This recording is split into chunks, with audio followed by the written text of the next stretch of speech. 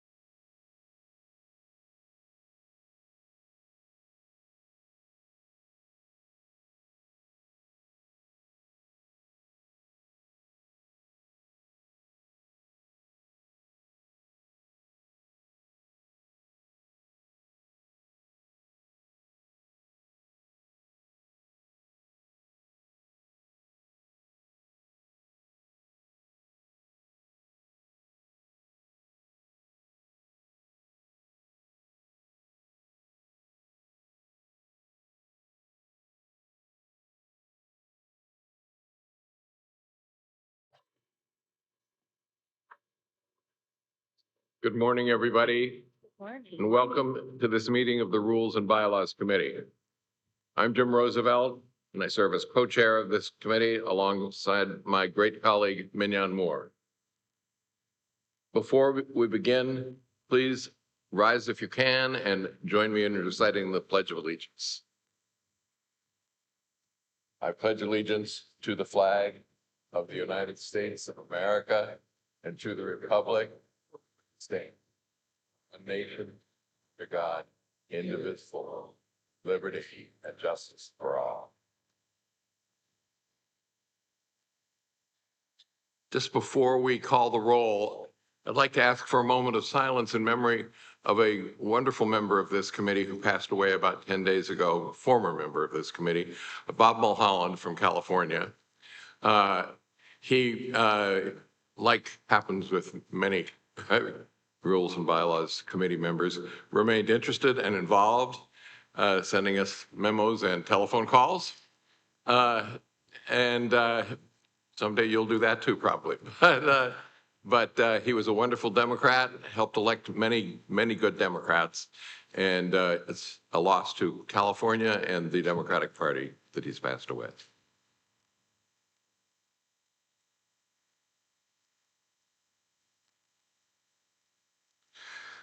The next item on the agenda is to call the roll.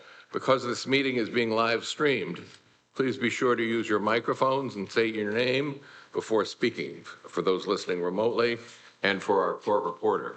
We're glad to be joined again by our wonderful parliamentarian, Helen McFadden. Helen, will you call the roll, please? Thank you, Mr. Chairman. Mr. Alex, Cristobal Alex, Cristobal Alex, present. Ms. Andrews, Present. Mr. Applebaum, Present. Ms. Blanco, Presente.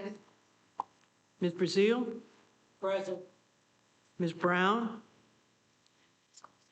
Roxanne Brown, Mr. Buckley, Here. Ms. Cardona, Presente. Mr. Carnahan, Here. Ms. Conrad, Here. Ms. Daughtry, Mr. Davila Hanes, Here. Ms. Davis, Here.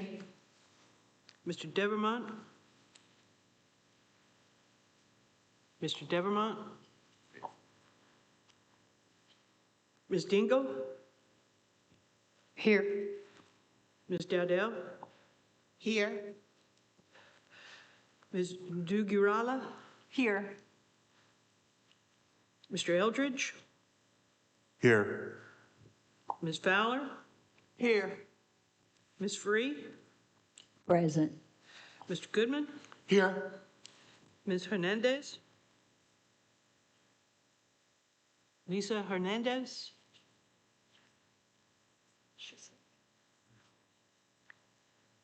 Mr. Hicks has given his proxy to Ms. Conrad. Yep. Mr. Nguyen, Here. Ms. Kmark, Here. Mr. Cap has given his proxy to Ms. Cleve. Mr. Kerrigan, Here. Ms. Cleve, Here. Mr. Leoni, Here. Ms. Lewis, Here. Ms. Lopez Franson, Here. Mr. McDonald, Here. Ms. Monroe Moreno. She has given her proxy to Ms. Blanco, Mr. Munoz, Here. Mr. Murib has given his proxy to Ms. Dugarala, Mr. Ray, Here. Mr. Seltzer, Here. Mr. Shea has given his proxy to Mr. McDonald, Ms. Spain, Here. Mr. Spate, Here. Ms. Schwecker, Mr. Thompson, Present. Ms. Schreiber, Present. Mr. Unamoto, Yes. Ms. Verrett, April Verrett, Mr. Washington,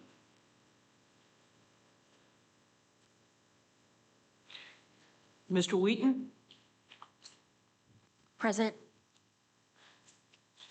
you certainly have 20 people. So, thank you, Helen. Per our charter and bylaws, the quorum is 40% or 20 members present in person or by proxy. And as our parliamentarian has just said, we definitely have a quorum. Yeah, turn it over to you. Thank you, Jim. Thank you to all the DNC staff who have made this meeting possible. Thank you for all the hours you put into this, especially Sean, our newest member to the committee. Members, guests, welcome to the meeting of the Rules and Bylaws Committee. This committee is tasked with the responsibility of drafting and presenting the call to the convention and rules for the 2028 presidential nominating process. We will also discuss the 2028 regulations which codify the interpretations of this committee. Today, we will take our first steps towards 2028 by setting a process for states to apply to be considered to be in the pre-Super Tuesday early window. In consultation with Chairman Martin, Jim and I have prepared a resolution outlining this process. And Jim will walk through the resolution process right now. Thank you, Mignon. Members, before you is a resolution that we are proposing the Rules and Bylaws Committee adopt, outlining a process for states to apply to hold their first step in the 2028 presidential nominating process in the early window. In addition to this resolution, we have a request for proposal outlining the questions each state party would need to answer on their application. There are a few points on the resolution that I would like to highlight before seeking a motion to consider the resolution and request for proposal and open the floor for discussion.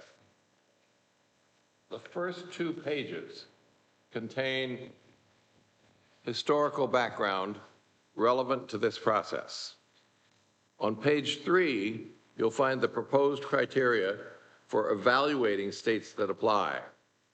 Our 3 pillars, rigorousness, efficiency, and fairness, reflect our fundamental goal: craft a calendar that produces the strongest possible Democratic nominee for president. To that end, the resolution was drafted to ensure that we could conduct a rigorous, efficient, and fair test of each candidate. During the 2024 cycle, we discussed the importance of representing each of the 4 DNC regions in this process. We want to maintain that same commitment to geographic diversity, which is why we have kept the language requiring at least 4 states, with 1 from each region, to be issued waivers.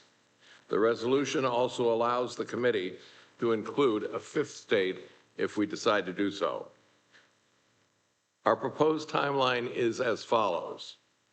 Following the adoption of this resolution and request for proposal, notice will be sent to each state party inviting them to submit their applications by December 1, 2025 at 5 p.m. Eastern Time to be considered.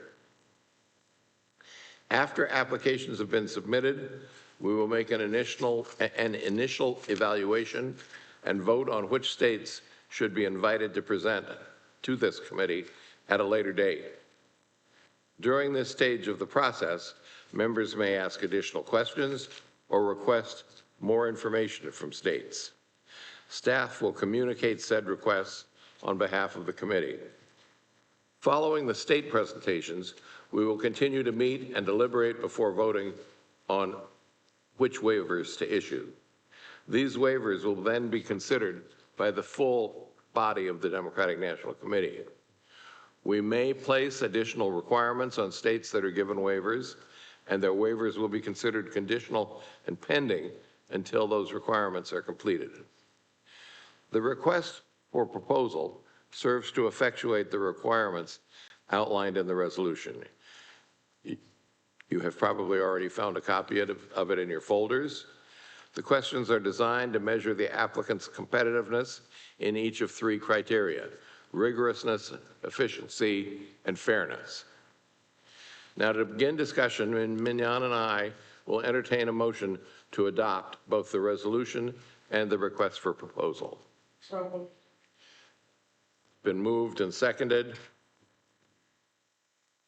The floor is now open for discussion. And Helen, would you just give us some guidance on what we can do together on these and what needs to be separated? I think that obviously you can do these things together. I would suggest that you treat the documents separately while you're trying to amend them and not jump back and forth between the RFP and the resolution. Finish one, finish the other in terms of whatever amendments you wish to make. Then both of them at the very end before adoption would still be available to be amended. Thank you. The floor is now open for discussion. Please turn your name tent vertically in order to be recognized. Staff, please help us track the members who wish to be recognized.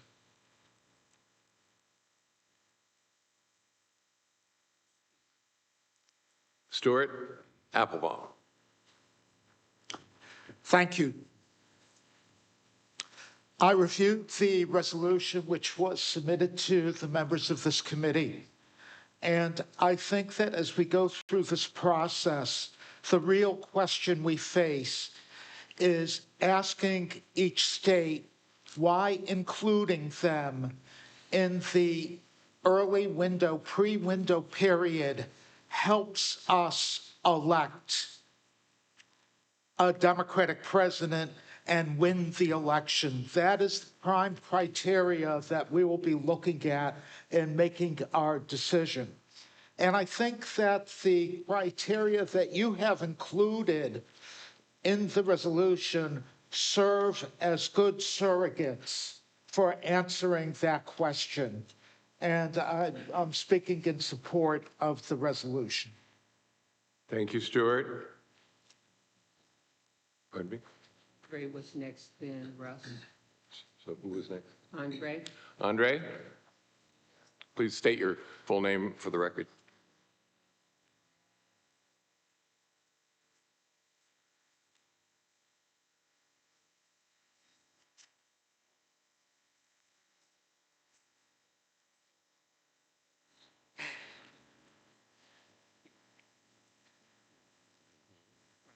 Russ Conahan? I think this.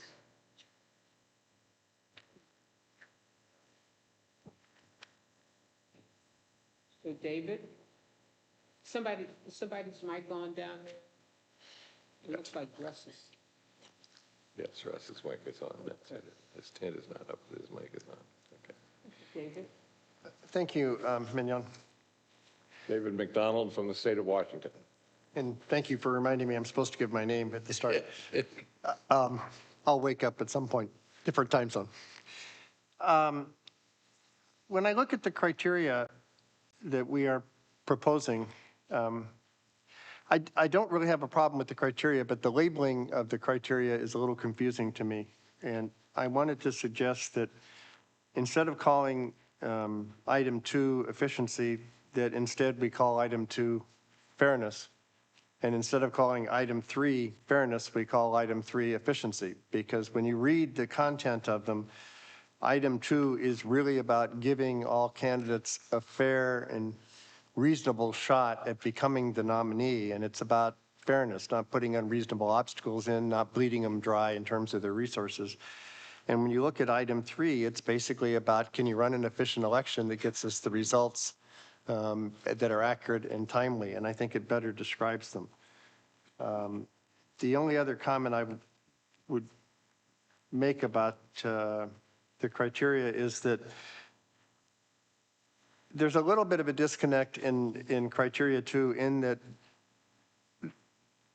part of the reason we have a calendar that is sequential is, in fact, we do expect candidates to exhaust their resources and things begin to consolidate. And so I think committing that we want something that doesn't have candidates exhaust their resources is maybe a bit disingenuous. And I would insert in there some word along the lines of not unduly exhaust their resources or not unreasonably exhaust their resources. Again, to get across the concept of what we want is we want a fair race. We want people to have a chance. We don't want to use non-relevant criteria to jerk them out. But on the other hand, we want to end up with a nominee and a consolidation of base at the end. Thank you, David. Before I ask for a formal amendment, I'm going to ask if there's any further discussion. Yes, Elaine. Yeah, building on what David. Elaine Kmark from Elaine Virginia. Kmark, Virginia. Building on, it's taken me a while to say Virginia, not Massachusetts. Right. Building on what David has said, I think the other possibility here is that you, in efficiency, you include this practical ability because, you know, there are states, we ran into this before, there are states that, there's a Republican legislature, or even a Democratic legislature, they want their primary on a certain day. And the notion of a presidential primary every 4 years upsetting their other primary calendar is just not going to fly. And so I think that one of the things the states who are coming before us have to show is, well, can they get the legislature, particularly if it's a Republican legislature, can they get them to do this? Can they get them to go around? Otherwise, it's just a waste of time, you know, if there's just no indication that they'll do so. And we often forget when we're talking about this that presidential primaries happen every 4 years. Primaries for a vast number of offices happen regularly every 2 years, or sometimes in the off year. So I do think that that goes under the sort of efficiency, as David defined it, model, which is, can they actually pull this off? And I think under that, and this is really sort of establishing a legislative history here, for state-run party-run primaries. State-run primaries, we want to know, will there be a law, will there be an appropriation to run the primary? For party-run primaries, I think that there's a very high bar, which is they have to show that, in fact, they can raise the money and have enough polling places to run a fair and an open primary. It's a very expensive, for the states that do it, it's a very expensive proposition. Obviously, what we've seen over time, the party move away from caucuses and towards primaries, and for one reason. I mean, the caucuses are expensive to put up, and inevitably they end up decreasing participation because you just can't have enough of them. You know, you can't have a polling place, a caucus place at every elementary school the way you do in a state-run election. So I would include those notions of just basic, can this be done in a way that will maximize participation? And I think for a lot of states, that'll sort of signal to them, please don't apply if you don't think you can pull this off. Thank you, Julie. I think we have Debbie next, and Alicia and Yvette in that order. Congresswoman Dingle. Thank you, Debbie Dingle. I want to support what David said, but be even more practical, which is what we want to do in the early primaries is to nominate a candidate that is going to be successful in October and November. So your ability to raise money is part of the early process. So I don't know that we should be as specific as some are saying. I recognize the importance of small states being able to do retail politics, but retail politics isn't a reality by October, and we need to see how candidates do in real states, in early states. So I think this needs to be written in a way that ensures that we are testing the candidates on all fronts, and that we should not be disqualifying anybody for certain reasons, especially since I think fundraising is going to be very important. And I also think it's very important to be talking about media and digital, recognizing what we didn't do last time, and that too needs to be a very important part of the early states.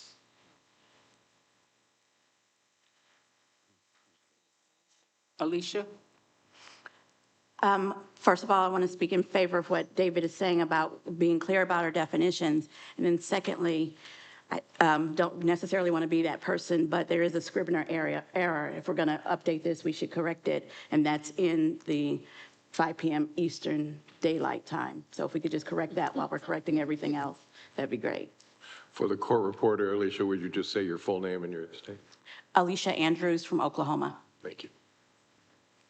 Yvette? Yvette Lewis, Maryland. I just want to amplify something that Elaine said. It's not just red states or states that are led by Republicans where it's difficult to change the calendar. We ran into that. with trying to move our primary to get some extra delegates, you know, the reward, and we couldn't do that because it just threw everything else off with session and what happens after session. So states need to be mindful of what their overall calendar is, not just an in-the-moment kind of thing of trying to make this happen. And I think that's something that needs to be very clear to them, that they need to check. Don't just assume that because you're a blue state, that this is going to automatically fall into place.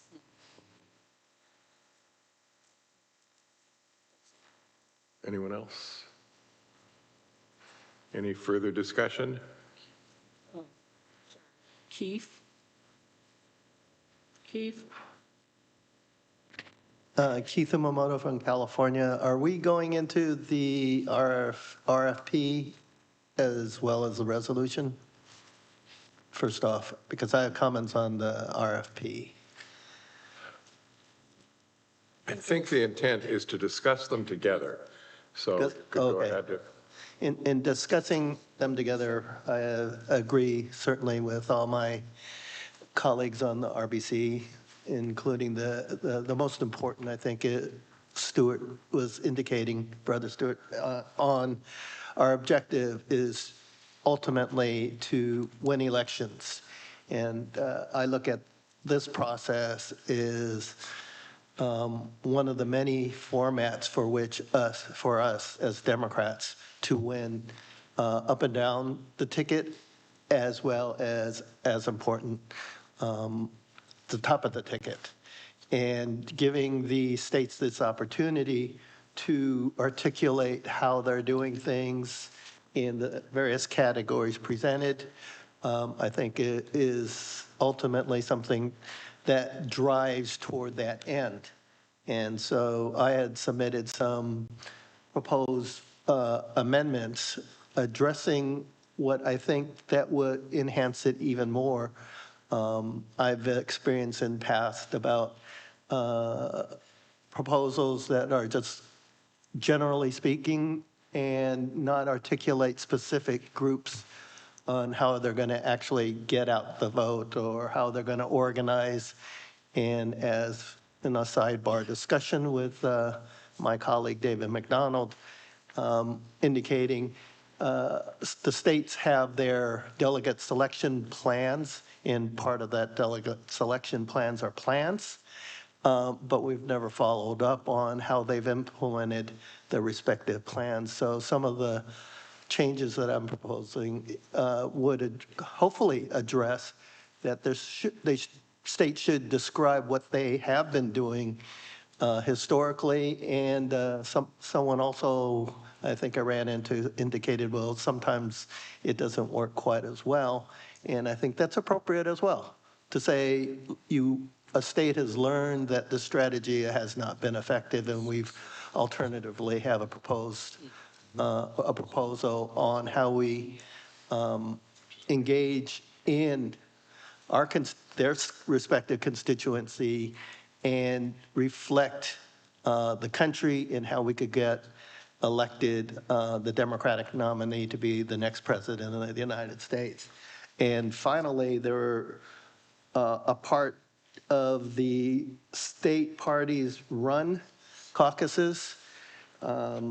Just from a very specific standpoint, I was suggesting that include the letters of support and statements that is part of the section on the state parties applying that have the state run, not the state party run, where in both sections, I think it would be appropriate for constituencies, legislators, members of Congress to write letters of support as well. Either that or putting it in an area where both areas should be doing that as well.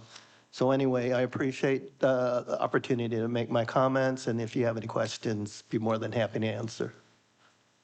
Thank you, Keith. Any further discussion on the resolution or the RFP? We have Wendy and then Carol and then David. Wendy? Thank you.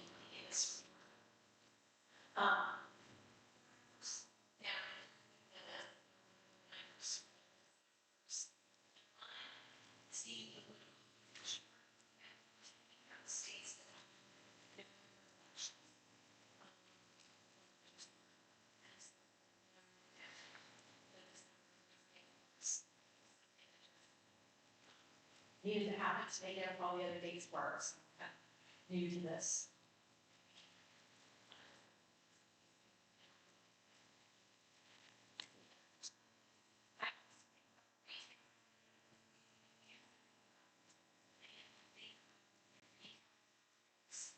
It's that.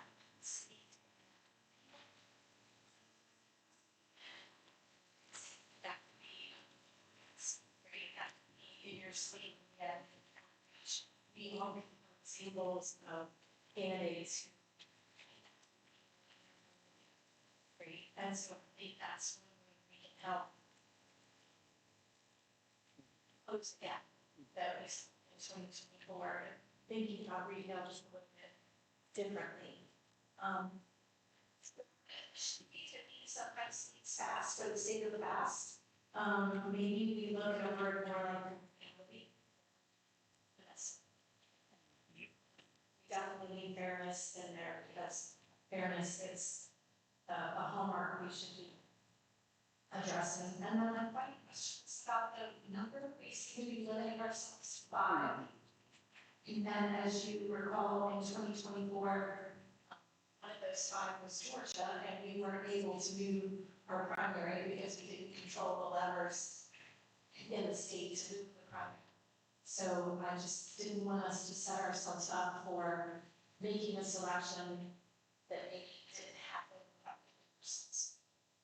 Well, this was a big way to do that. I didn't want us to have.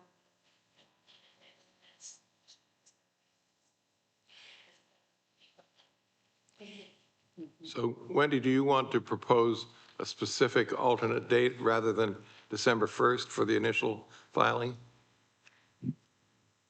I mean, I'm flexible. It just seemed really fast to me. Okay, we'll return to that in a few minutes. Carol?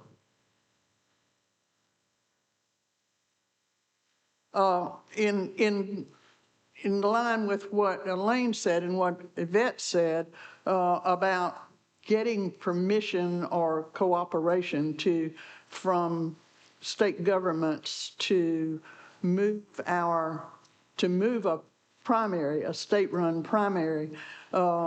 It's important in a red state or a blue state to remember that in almost every state with a state-run primary, the Republican and Democratic primaries are on the same date.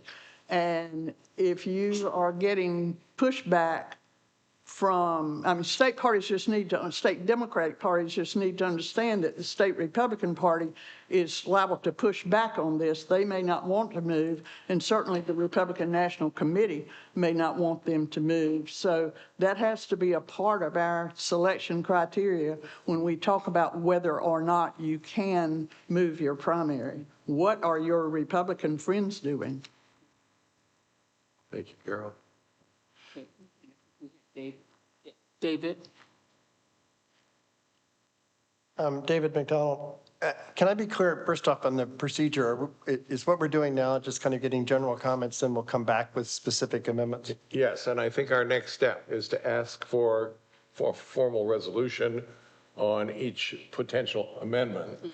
Then we'll see if there's any further discussion on the amendment, and then we'll vote on each amendment separately, and then we'll return to separate votes on the RFP and the main resolution.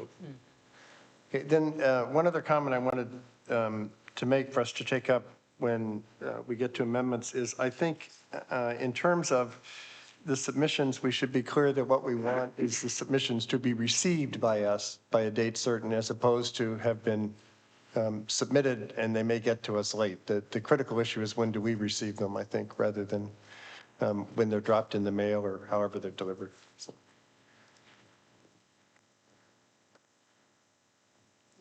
I think I saw Shasta and Jamie. Hi, Shasti Conrad from Washington State. Back to Wendy's point on the December 1st deadline, as a state party chair, I just wanted to sort of share the perspective of we have local elections happening in Washington State. Because we are a vote by mail state, it will take several weeks before our election results are certified. So our state party staff will be very focused in November on sort of following the election results and whatnot. There's a week off for Thanksgiving, and then in December, we give them the last 2 weeks off. But also, we're getting ready for the DNC and ASDC meeting that will happen in December. So, I know we're not quite at the place of proposing any amendments, but I would just like to suggest that maybe a January 16th deadline instead of December 1st would give our folks a chance to be able to, our state party folks, to have time to really put in the effort needed to put good proposals together and submissions, and would just like to put that on the table. Thank you. Jamie? Actually, I was literally going to suggest the same date. I think we do not want to take any attention off of state and local elections right now in our state party. Jamie Selzer from North Dakota. We don't want to take any attention off, and we also want to make sure that our state party staff can take care of themselves and spend some family time after they've worked so hard. So when we get there, I'll be submitting an amendment for January 16th at 5 p.m. when we get there. Thank you.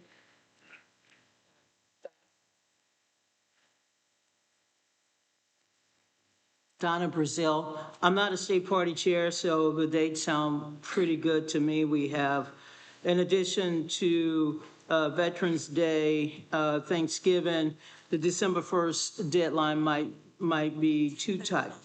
Oh, I'm not talking to you, Siri. Damn, I thought Alexa was in my business. I really wanted, this comes from somebody who has been around for a day or two. We're about to see demographic transformation across America. And for those of us who've been involved in politics, seeing the Republican Party take both the Electoral College and the popular vote was a little bit on the downside. But Democrats have always been able to outperform in terms of the general election. And I guess what worries me now is that we're set to see more demographic transformation across the country. The Sunbelt states are going to become more and more competitive. And Debbie Dingell, please don't get worried when I say the Rust Belt is slowing, but slowing in terms of population. Whatever, Midwest, Rust Belt, Coal Belt.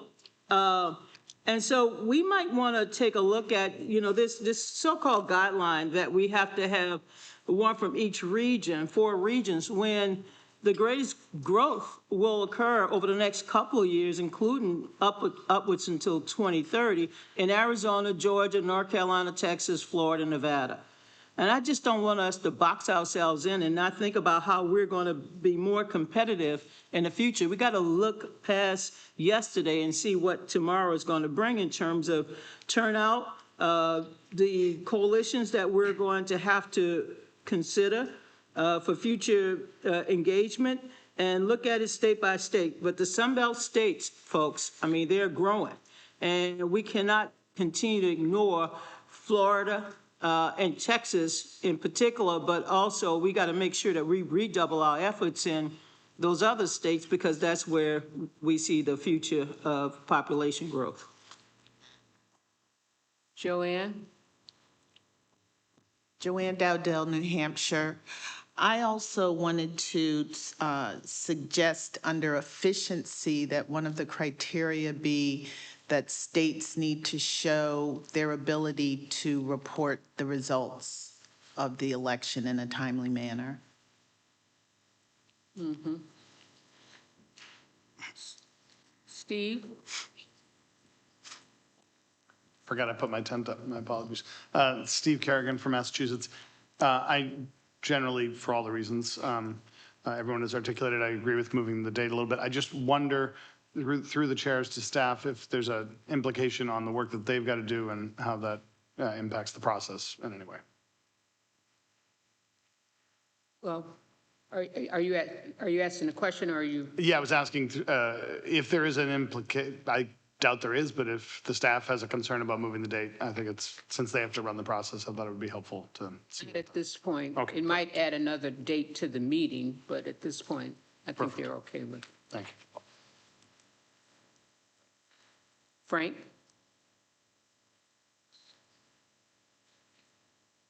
Yeah, Frank Leone, DC. I guess one question I have is, are we asking the states about the order in which they would like to participate? I mean, we're talking about the early window, and then we're going to rank them, we're going to give them an order to go. Is that part of the questions that we should be asking the states, or is that something we'll just deal with later? I think later on we will be, for sure. Yeah.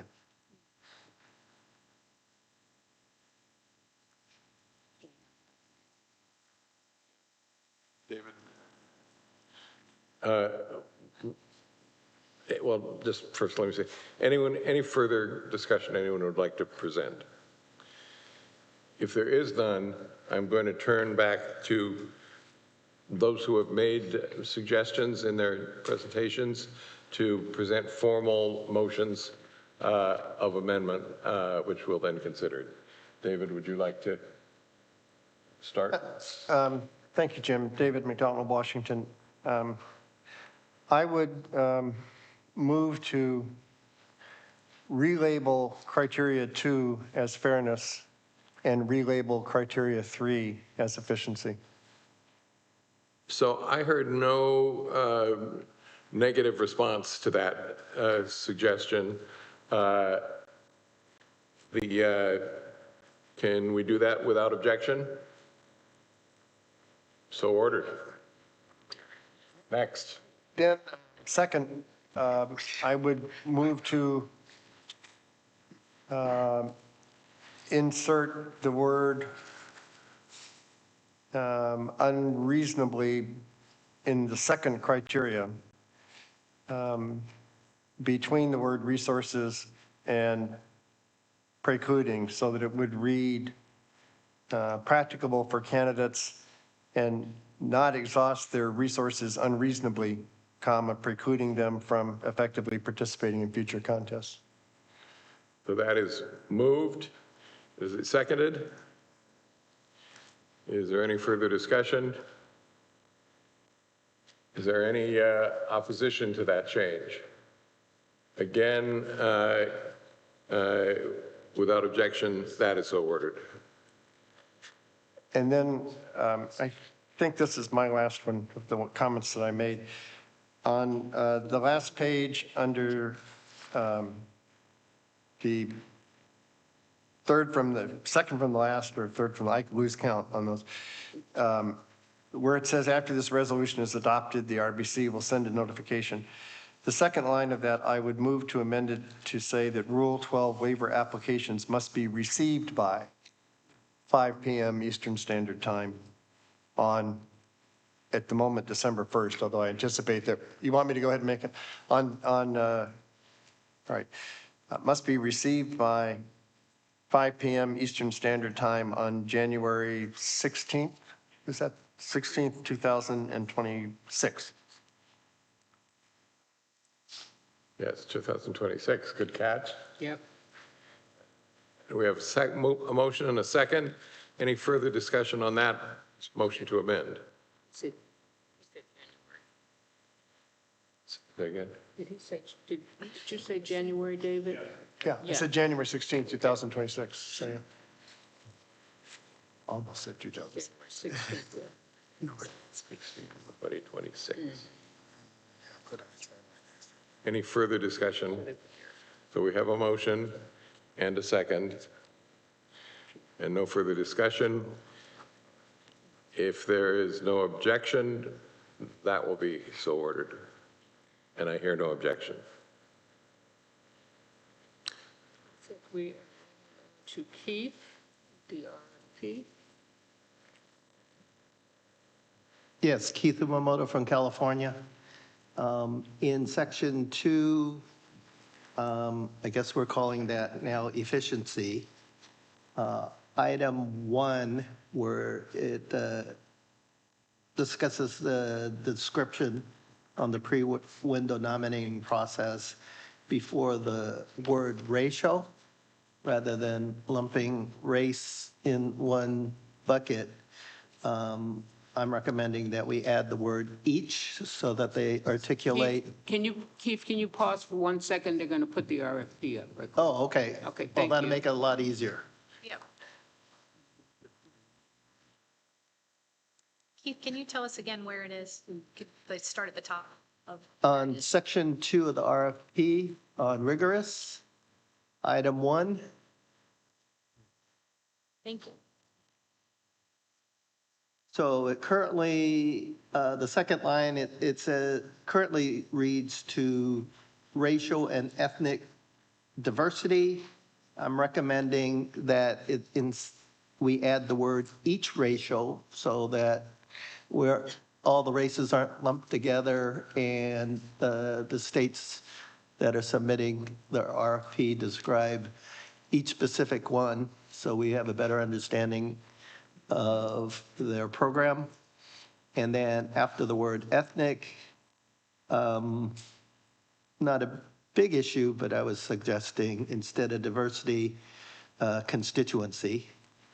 And then later down the list, to add after economic diversity, youth and seniors, and then LGBTQ and other populations. And then in section 2, bullet 2, it says indicate the existence.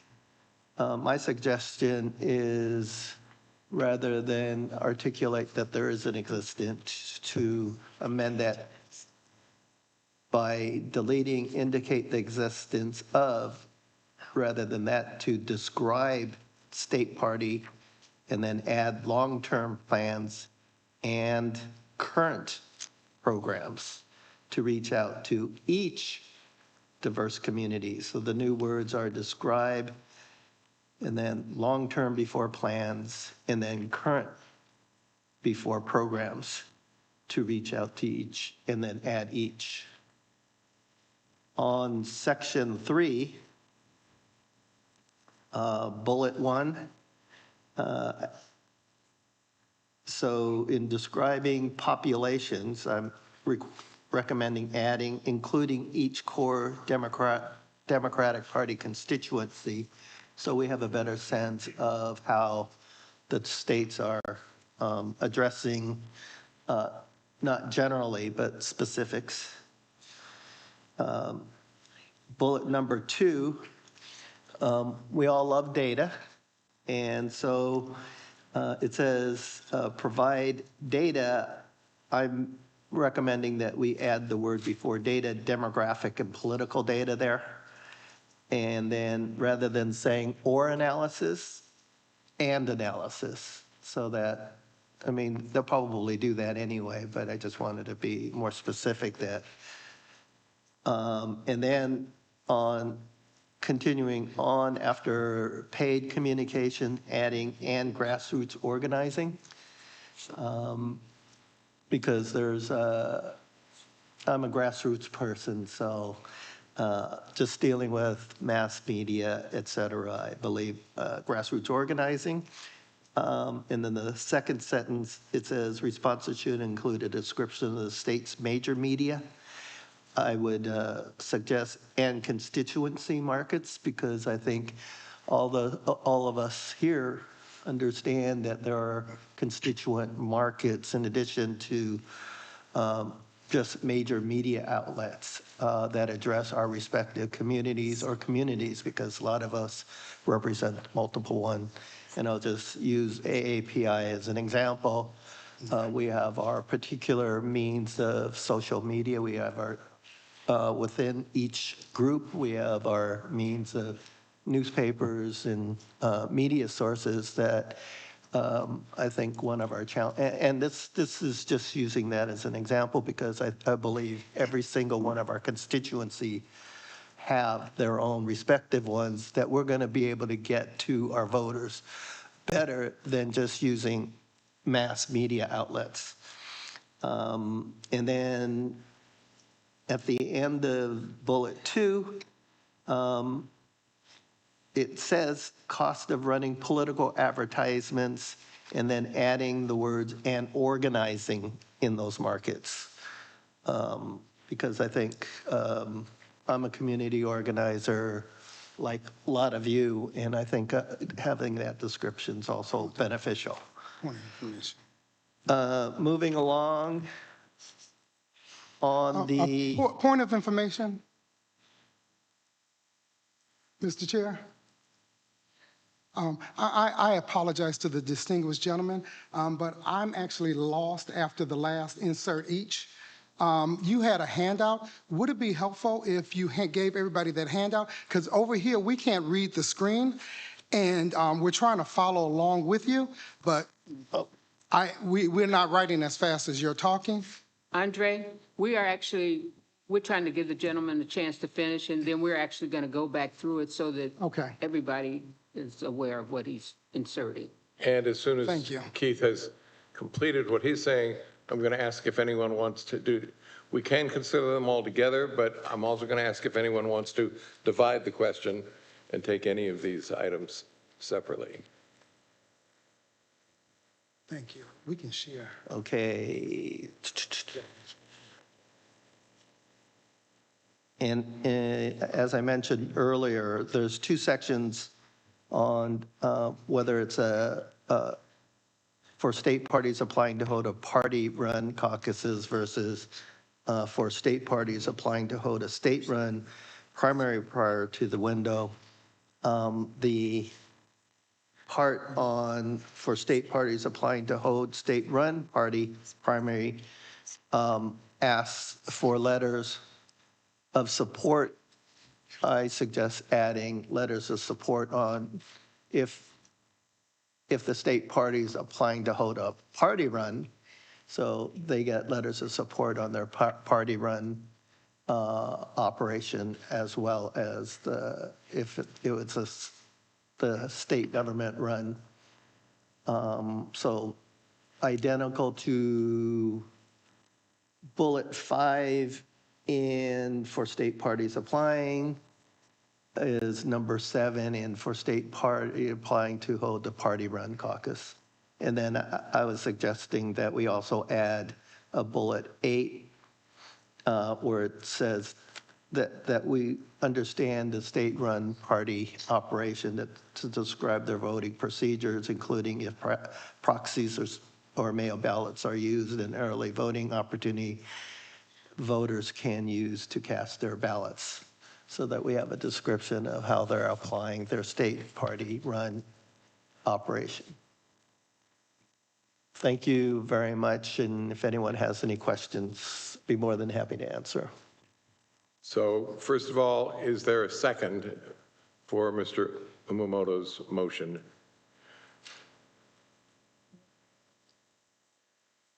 Okay, there is a second. Now let me turn to, does anyone want to divide the question and take any of these separately? Yes, sir. Yes.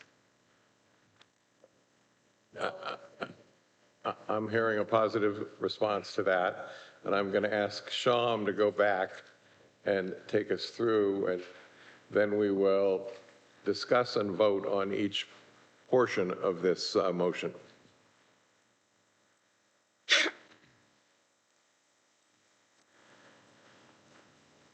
All right, on page 3 of the RFP under rigorousness, the first amendment is adding, I'll talk louder into the microphone. On page 3, the first amendment is to change the word, or to add the word each before racial and ethnic, and then to switch the word diversity to constituency. Do you want to go each word and then take a vote? Since there is a motion to, there was a motion to divide the question, and I did not hear any opposition to that, I'm going to ask for Any discussion on this point in particular, or are we ready to just vote yes or no? Jim, Donna Brazil, I worry about us going back to the 20th century when it comes to language outreach, because I'm concerned that we might be forgetting someone or forgetting whole groups of voters. And while I personally don't give a damn about the Republicans and their efforts to, tell the world that we're a bunch of people that care about identity politics, I am worried that if we start listing, we're gonna get back into the game of excluding somebody that should have been listed. So maybe if we just have something that says, after with constituency groups of voters that include, and that include population critical to general election victory. Yeah. Well, we're not the majority of any damn thing anymore, nor the Republicans. It's independents that we have to start rallying if we're gonna win elections. I'm just saying that, Keith, because you know what? I was the dean of broadening this doggone outfit to make sure we included everybody. But now we are going to exclude by just start naming and listing. So maybe we just constituency groups critical to the general election victory. Now, y'all tell me if it works. Don't work, but we got to start thinking about 21st century and how we're going to broaden our coalition, broaden our base, but broaden our thinking of how to win elections. So, Donna, what are you suggesting? Removing all of that language, removing that entire, but are not limited to racial, I already crossed it out, so I have to look and see what I crossed out. To racial and ethnic diversity, geographic, we just take that all out. So take the whole list out. Yeah. The listing name. So are you amending the amendment or? Substitute amendment. Include, strike everything. Yes, yes. So you're proposing an amendment to the amendment, really, yeah. You're not opposing the word constituency, but you're amending it to take out the laundry list. That's correct. Because we're going to keep adding. We're going to keep going back to the 20th century. Let's go 21st. Let's open this damn door as wide open as possible so that we can get not just Democrats, Republicans who no longer see a party that represent their values, and independents that are looking for a home of a party that believes in something other than just having power. So we got to make sure that we do that for the country. I actually think this is not just wordsmithing, this is of some significance, that we are going to stop trying to identify each area that we have to be right on and say, we're going to do everything to sweep in everybody that we can. We must. That's I get it. All right. Is there any objection to the amendment to the amendment? Without objection? Oh, sorry. There is objection. Keith? Not fully objection, I'm just getting one clarification and a comment. I'm presuming that the proposal is a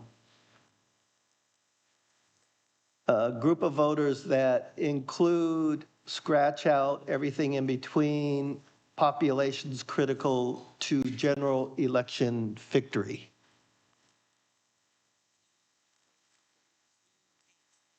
So it says, it would, maybe I should read out the entire sentence. Describe out the inclusion of your state in the pre-window nominating process with advance of the objective of testing candidates with diverse groups of voters that include populations critical to general election victory. I would like to, at the end, suggest that when the state does submit their RFP, that they don't lump us all in one. So at the end, maybe say, please, or so that include populations. And maybe in friends, be specific of the populations. So I'm So sorry, I that- don't quite understand what you're,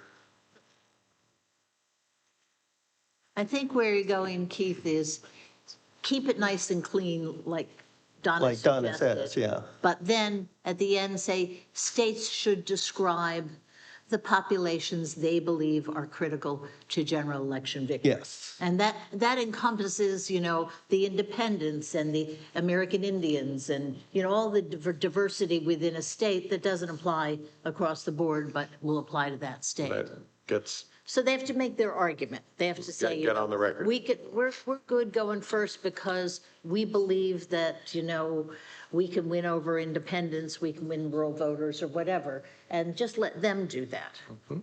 Okay. All right, we need an S on the end of the word include on the screen. But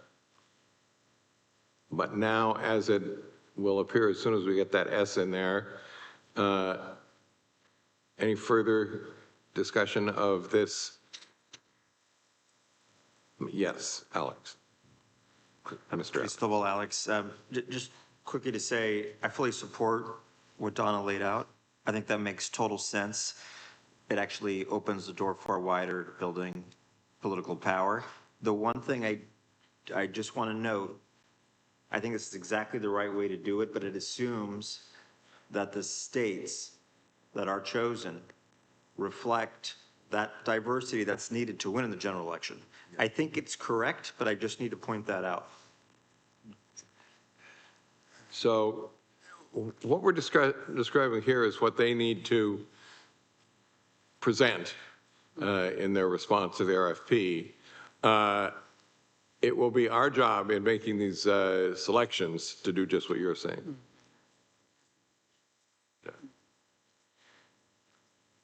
Any further discussion of this amendment?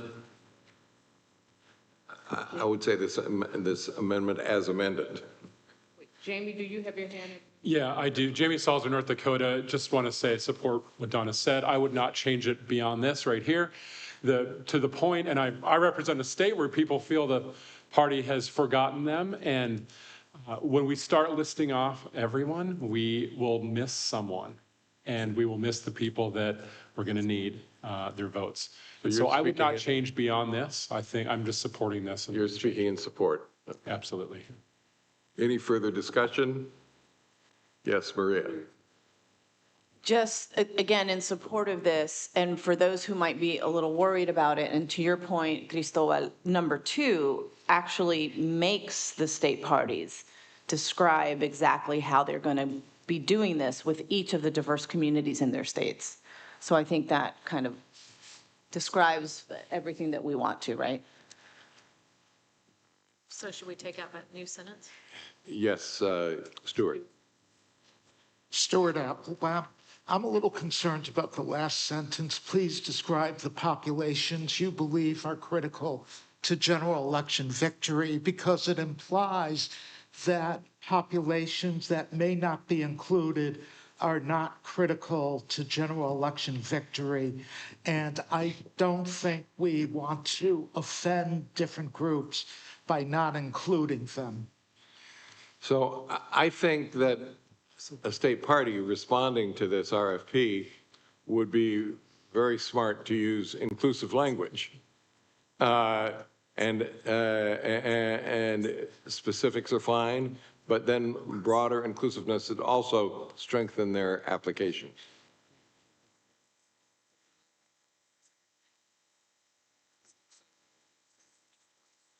Where is that? Sorry, population. Okay. All right, so in fact, the view that I'm hearing from my co-chair is that we were being redundant there. So Without objection, we'll remove that last sentence. That'll deal with your issue, and it will also make the proposal read better. Yes. Hi, this is Indira Dugirala from Colorado.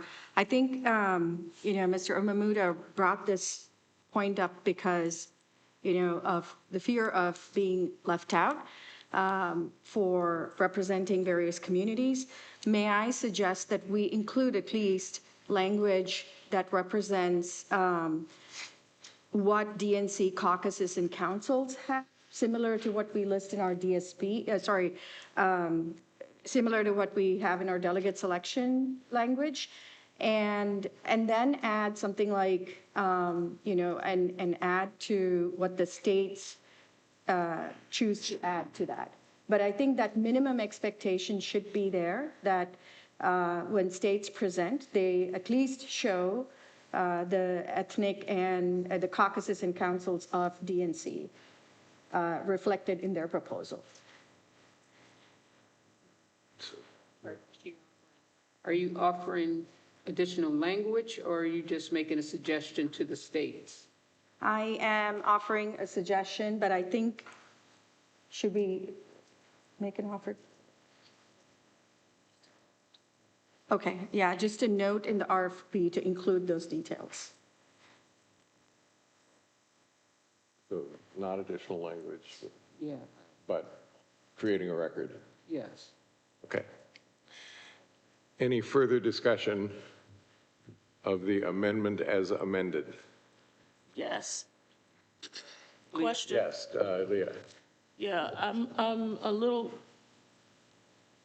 a mixed mind on this because I think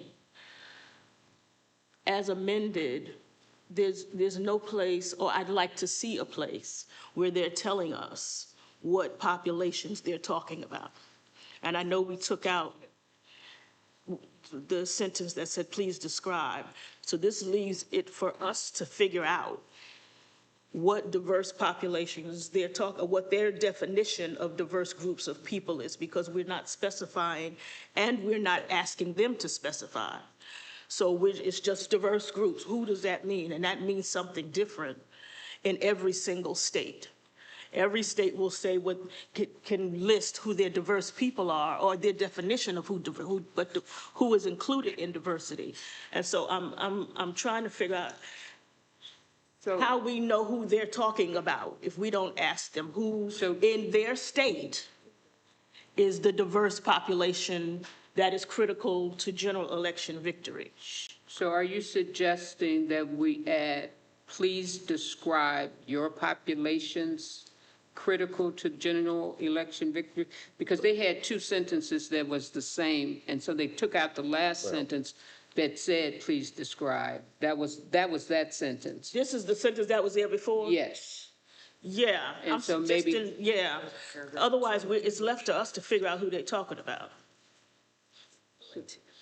And what's diverse in North Dakota is very different than what's diverse in Virginia, if North Dakota was of a mind to apply. And does question two answer your question at all?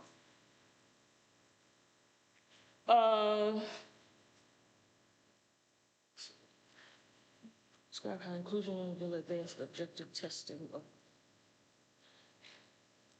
Maybe that includes population.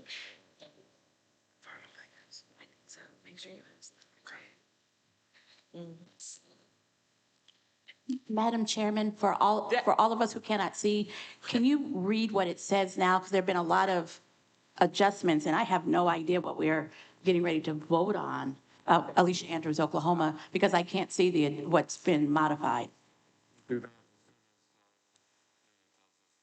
She thinks that item 2 accomplishes what she wants to accomplish.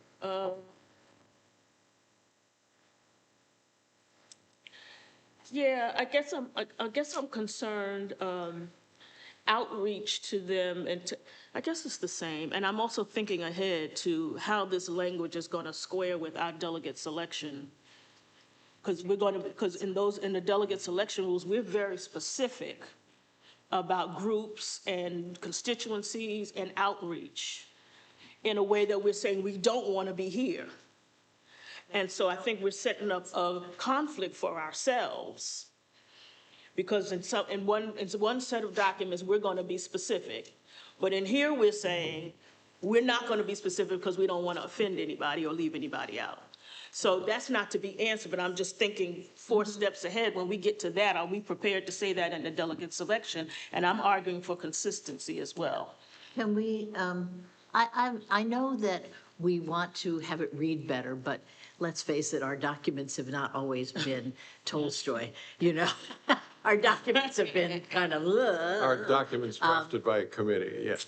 yeah, because they're written by committee. I don't see any problem with keeping both sentences in.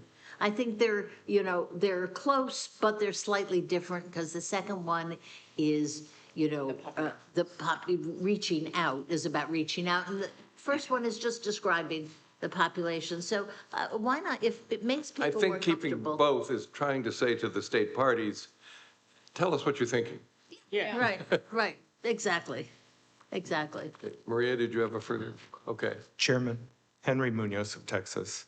I thought at the beginning of the conversation, we had decided that we were going to separate these 2 documents, deal with one and then deal with the other, because we keep going back and forth.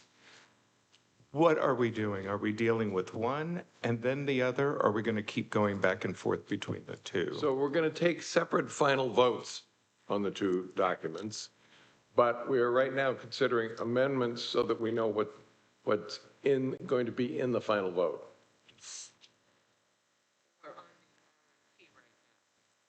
So we're going to work through the specifics and go back to the visionary, missionary document. Yeah. Instead of doing, okay.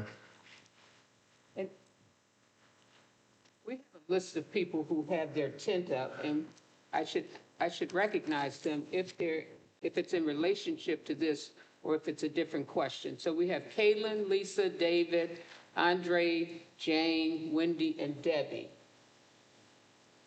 Is it in relationship to what we're discussing right now? If not, we will definitely make sure we call up.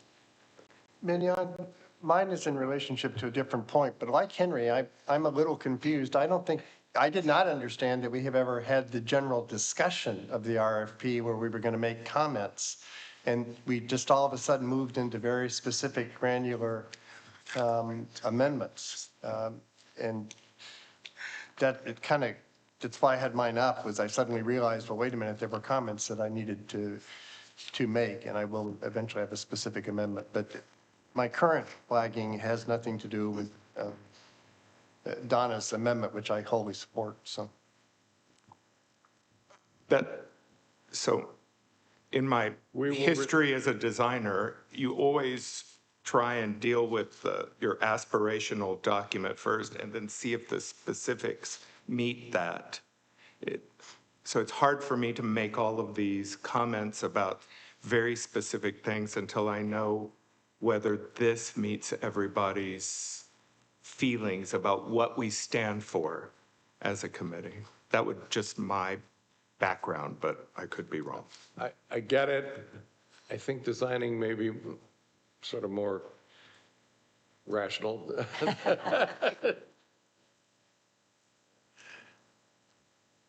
All right. Who else is still on the list? Madam Chair, you can take my name off the list. My question was answered. Thank you. My tent's been up since the beginning of this conversation, and my comment has evolved since the beginning of this conversation. When Mr. Umamoto first made his amendment, I was fully in support of that, but I raised my tent because I wanted to say that I wanted to ask that we include sovereign tribal nations, and I had reasons for doing that. And then I listened to Chair Emeritus Brazil, and at first I recoiled with what she said. And then I thought about it, and I'm like, she's right. She's absolutely correct in what she stated and why we needed to eliminate that. And then I listened to, again, my tent up the whole time. Then I listened to the esteemed bishop, and one thing I wanted to to point out is that these proposals, these RFPs are going to come back to this body, and we're going to look at them. And if we get 10 proposals and no one's talking about sovereign tribal nations, I'm not going to be real excited about that, Crystal. If they're not talking about African Americans or AAPI or disability or whatever. So I think we need to focus back in. We all are going to see these. And if a state party, if New Mexico or Arizona submits a plan that doesn't discuss sovereign tribal nations, I'm going to say, well, that's crazy, Jane. We can't support that. So I think we need to realize we are, correct me if I'm wrong, the ultimate arbiter of this. I support the Chair Emeritus position. Thank you.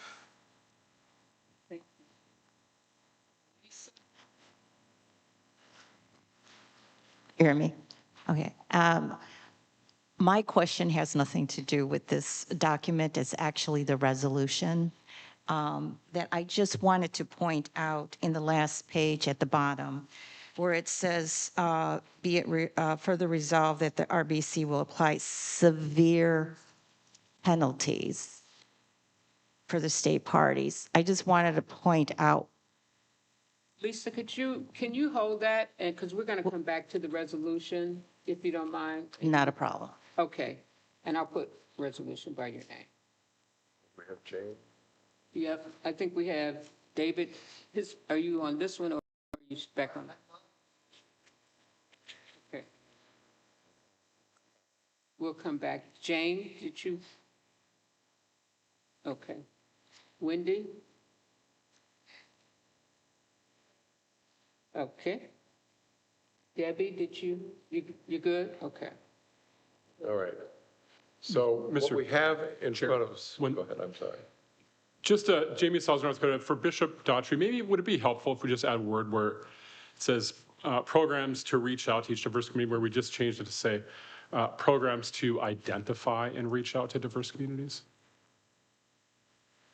Would that put your mind at ease a little bit? A little bit. I mean, Kaylin kind of made my point, because unless the state is telling us that they are including sovereign tribal nations, every state's mix is going to be different. And they've got to identify those so we know what we're looking at. Otherwise, you're in South Carolina going, I don't know if sovereign tribal nations, and perhaps they are. My grandmother's from there. She was Cherokee. I got it. But what you just suggested may get to what I'm concerned about. Then I would suggest we add programs to identify and reach out. That way it's a directive to the states that this is a competitive process, so you should be thinking through that stuff. And we're asking you specifically to identify as you go, but we're not telling you how or who.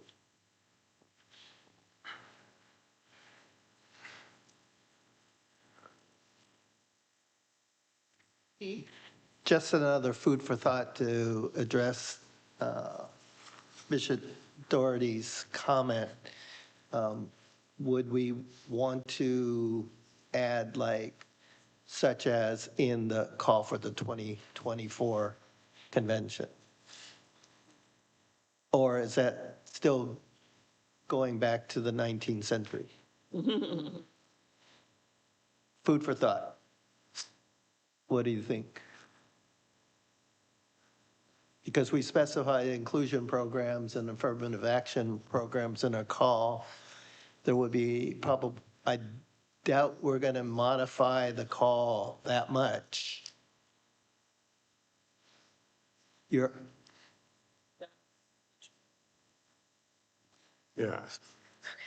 Suggestion being made here is that we'll deal with that when we deal with the call. Maria? I think we're either assuming that the states aren't going to do everything that they can to outline every single procedure that they know is important to this committee. Every single state understands, in my opinion, that they have to be very specific about the populations that they're going to reach out to, especially if those populations are important to a general election victory. So I don't think that we need to be that specific. Or either I am thinking too highly of what these states understand they need to do, but I think they understand what they need to do, and they understand what we want to hear and what we are going to judge them on. So again, in support of this general language, because we will be getting to the call and delegate selection and all of that in time.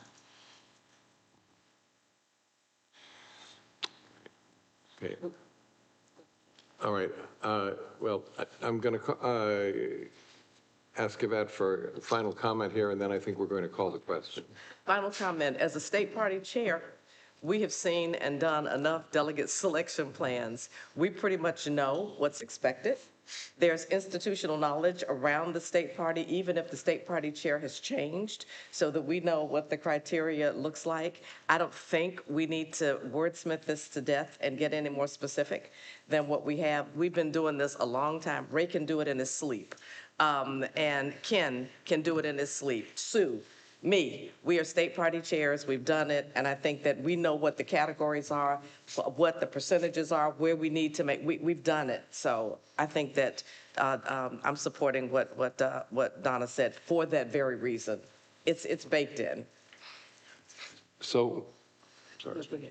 What we have on the screen is an amendment to the at the moment it's to the RFP.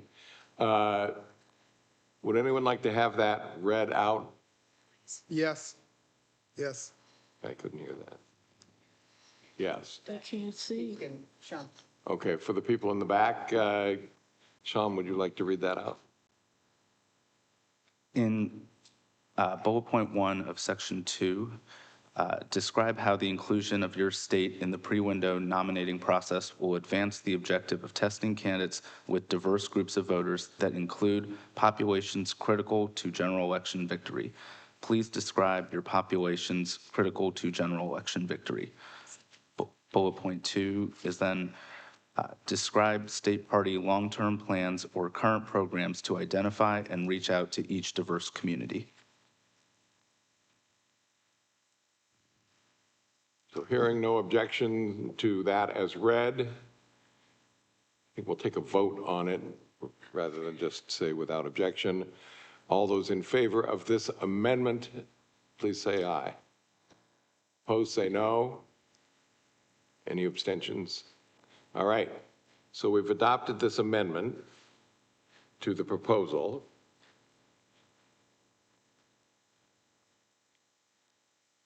So we need to go back,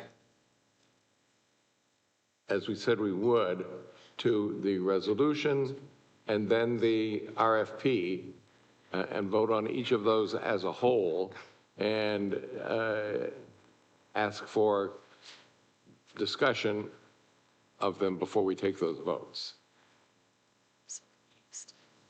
Yeah. Keith, did you have other amendments? Oh, yeah, he had a ton. And lots of other. Was the efficiency section? Yes. Further down. Away from section 2. Can we put the amendment back up, please? Okay. I mean, the RFP back up. So what's being suggested by a parliamentarian is that before we move away from the section 2, which section 2 is that? Section 2. Section 2, we ask if there are any further amendments to that, and Keith, maybe you have some. Yes, what I had proposed is adding on bullet number 1, where it says describe how the size, geography, population, structure, and infrastructure of the state will allow presidential candidates to engage in retail politics. I added after population, including each core Democratic Party constituency.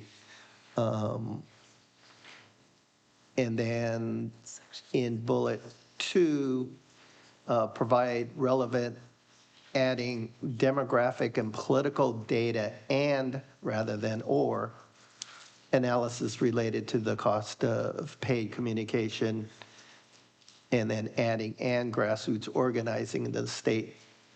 And then the second sentence, responses should include a description of the state's major media and I'm adding and constituency markets and any available cost of running political advertising, and then adding and organizing in those markets.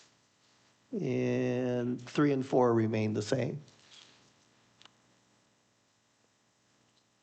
Is there a second to that amendment? Second. Here, a second. Second. Anyone like to speak to that? I will. I particularly like the amendments in section 2 around description of states' major media and constituency markets, because often candidates do not spend any time or energy on constituency media markets, and there's an assumption that all of the states' media needs to be focused on mainstream media.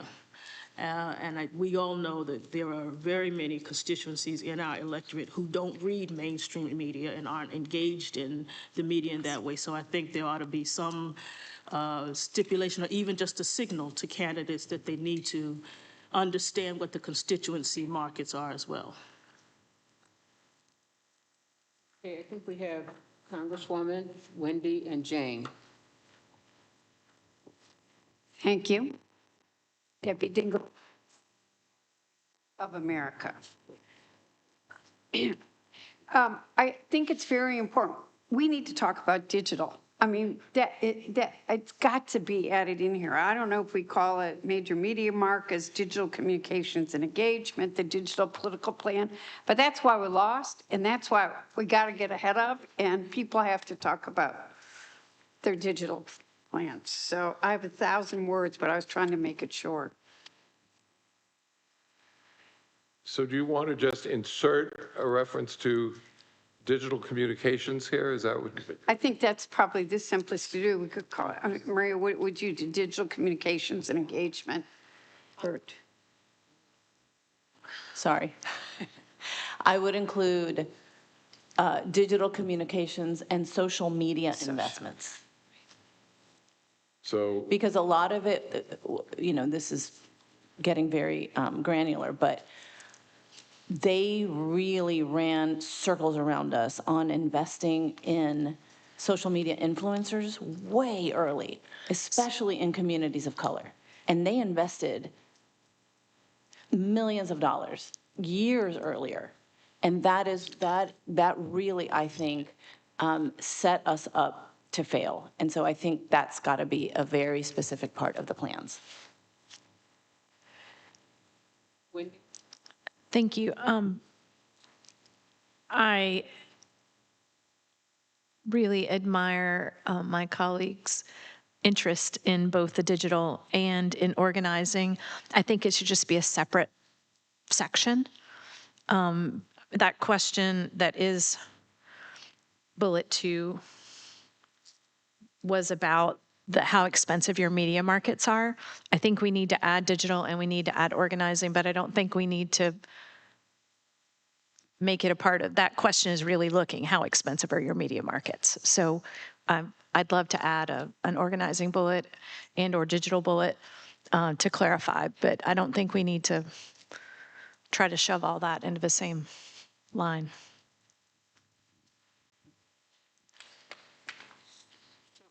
Are you making a recommendation here, or you said separate out digital? Is that what you said? I'm saying that this amendment is adding organizing to the media market line, and then the Congresswoman just wanted to add digital to it. And I think those are valid and important things to add to this document, but I don't think they should be added in that line. I have language. Thank you. So I agree. I don't think grassroots organizing should be lumped into the media bullet. So Jane Klebb, Nebraska, president of the ASDC. I think a couple things. One, for the media piece, I think we could say traditional, online, and constituency-based media in order to capture all three. So that would be my proposal for language on that.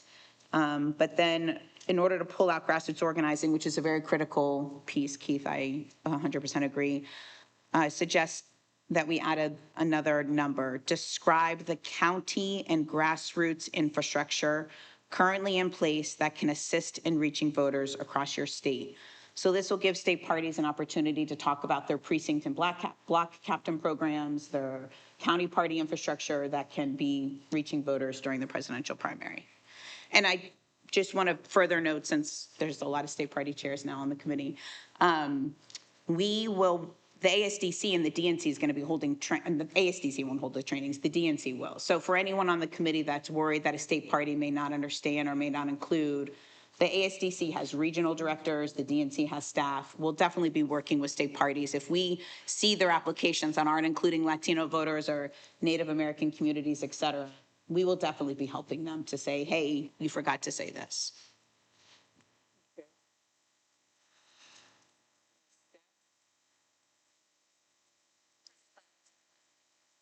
Okay, thank you. Luis? Yeah, just for consistency purposes, if we're changing the criteria from efficiency to fairness, we ought to also change the first sentence of the section that established efficiency and change it to fairness.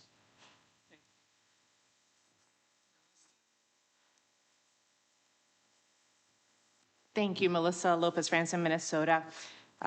I think this is a really productive conversation. What I'm worried about is that we are asking for very vague data. I mean, relevant data, cost of paid communications, description of major markets, and any available data. I don't want a media plan from the states. I think that's borderline, that would be in the public domain, and I don't necessarily want to show my cards this early in the game. So I'm concerned that we ask too much of parties that might not even have communications expertise. They will have to hire out to get this information. So it's great to be granular, but I'm also concerned that that might hurt us because they're not equipped to give us that information without some support externally from the party. And many parties do have consultants that they pay for and that will have to be involved here. But if they're giving us a media and comms plan, that might be too much. So I just want to be clear, what exactly are we asking? Because it's pretty vague from how I read it. And I guess that's just a comment for further discussion. But I don't want a media plan from states. I don't think that's what we want. And if that's what we want, then we should, that's going to be additional costs and burdens for the party to put together because they are pretty descriptive. The media markets do change. The ethnic media is different, and it's hard to get to it. And every campaign cycle, I worked on these media plans, so I kind of have an idea of what it entails to provide this information. And you're asking for all of this by January 16th is also concerning. Some of these plans take a long time to put together, and they involve focus groups. They involve going on the ground all over the state. And that's pretty much what you do when you're doing the work of an election cycle. But this is just to be considered for the top states for primaries. So I just want to be clear that we might be asking more than what we really want. So I think we are, we're not using the language, and we don't intend to say, give us your full media plan. I think we're asking them to indicate their approach to these things. I think this says that, and we can make that clear as we brief states on this. Chair Martin. I think it's important to remember that when we're talking about many of these pieces, it's not necessarily about the state party media plans. It's really understanding that we're asking presidential campaigns to have to compete in these states. And in some states, you have 5, 6, 7, 8 different media markets, right? That starts to become very prohibitive when you start considering the cost, right? And so what we're really trying to ascertain here from a fairness doctrine, right, is are we putting states into the mix that become cost prohibitive right off the bat because they have very expensive media markets and/or way too many media markets for any one campaign to actually be competitive? So I just want to be clear, this is a very important metric that we have to consider, because it's not just the size of the state, it is the cost to actually compete in the states. And that's why most state parties have this information at their fingertips, right? And in fact, we have that information, the DNC, for every state at the fingertips. But we need to know, again, from each state, what is their mix of media? And then this committee is going to have to decide, does it in fact create a prohibitive barrier for our candidates to actually compete? I want to be clear, we're not prescriptive on what candidates' campaign plan should be and/or their media strategy. What we are trying to do is create the level playing field that allows all of our candidates to compete fairly, and that's why we're considering all of these different criteria.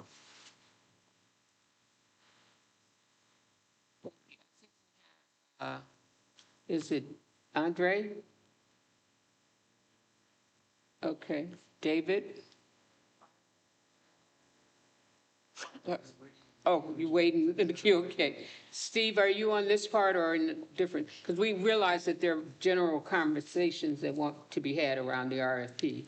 Are you? I'm on this part. Well, okay, perfect. Well, I'm on the efficiency section, or okay, whatever we're calling it now. Okay, got it.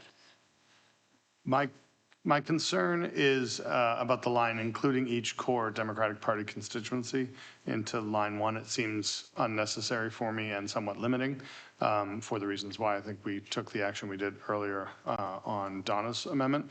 And it seems just overly burdensome and unnecessary. So I'm speaking in opposition to that particular amendment. So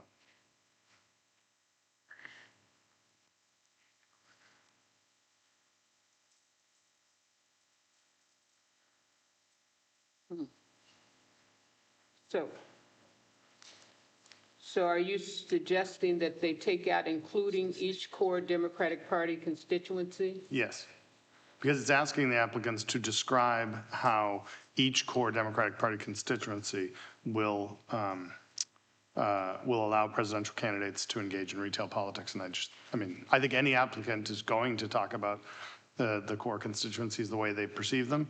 And I think including that just seems unnecessary.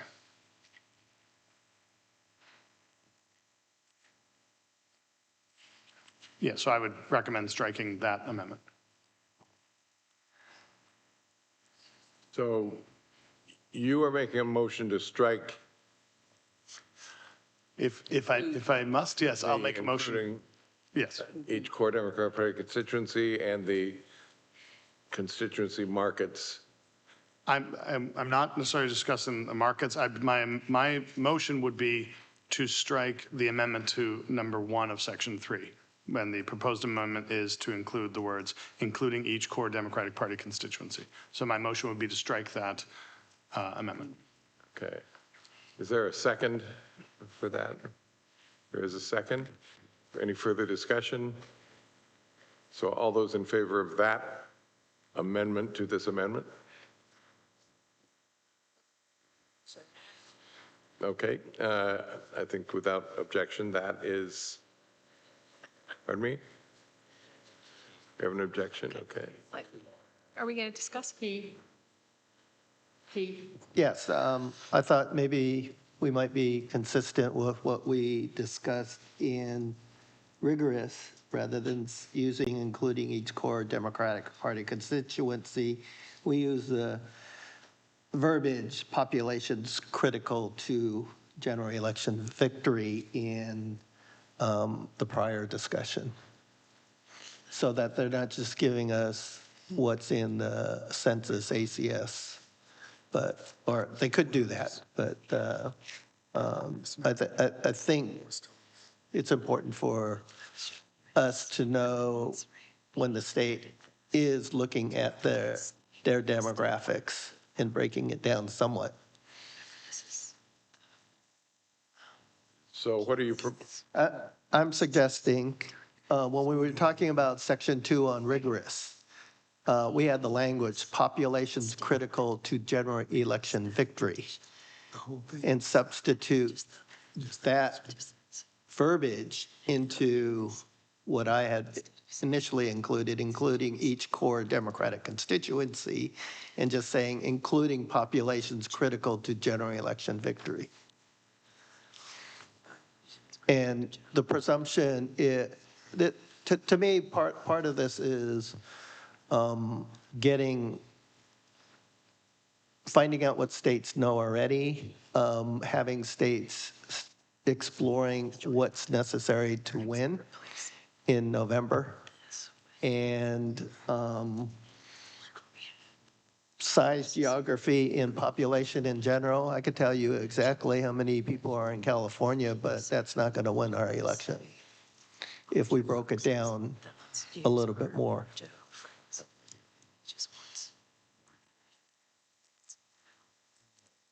So I'm suggesting, in place of including each core Democratic Party constituency, saying including what we already said before, populations critical to general election victory, which was in the prior section. All right. Is there, I'm going to take that as a motion. Is there a second to that?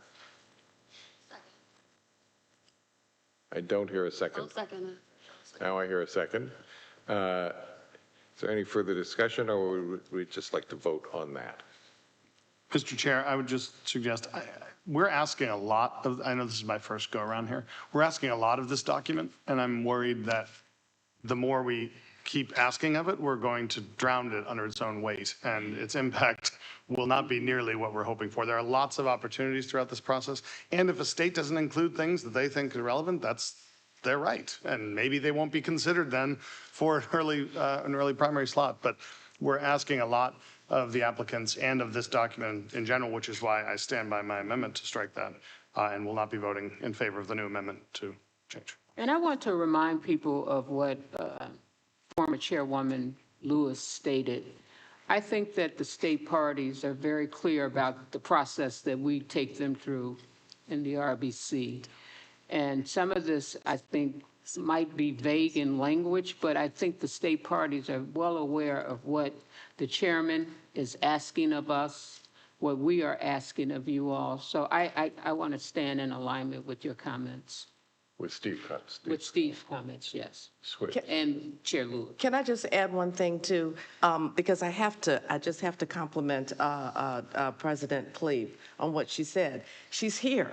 And anything that's missing, she will make sure that the state parties are trained and have what they need. That's the importance of having her on this committee. So what we're discussing here, wordsmithing everything, is really, not necessary. Because anything where we see that there may be deficiencies or where the state party may need that extra boosting, we've got the president right here. So I can't think of a better expert to help the state parties be compliant with what we need to have done. So in fact, what I think this document is trying to do is to suggest to state parties what will make their response to the RFP most effective. So specific inclusion or exclusion of language is not really critical here. We're not checking boxes. We're making a suggestion of how they may want to draft their RFP to be persuasive. So, Steve, I think you are proposing that we not include the language.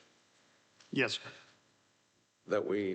The initial amendment that Keith had made for item 1 in section 3, including each core Democratic Party constituency, my motion is to strike that. Keith, do you want to continue to offer that? You just vote.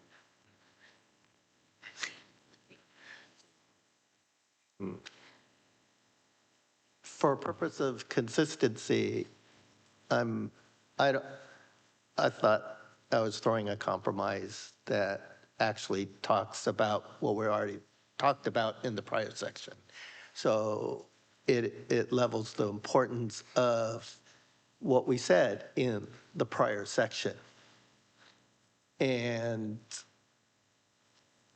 I mean, we'll make a determination when we review these RFPs. Clearly, I'm going to make comment on some of the RFPs if they don't delve into just the overall state population. So we could, I mean, I could live with it. Do I like it? Because what I would like to know is where are the states right now that do submit? Do they know their population? I would hope they do. But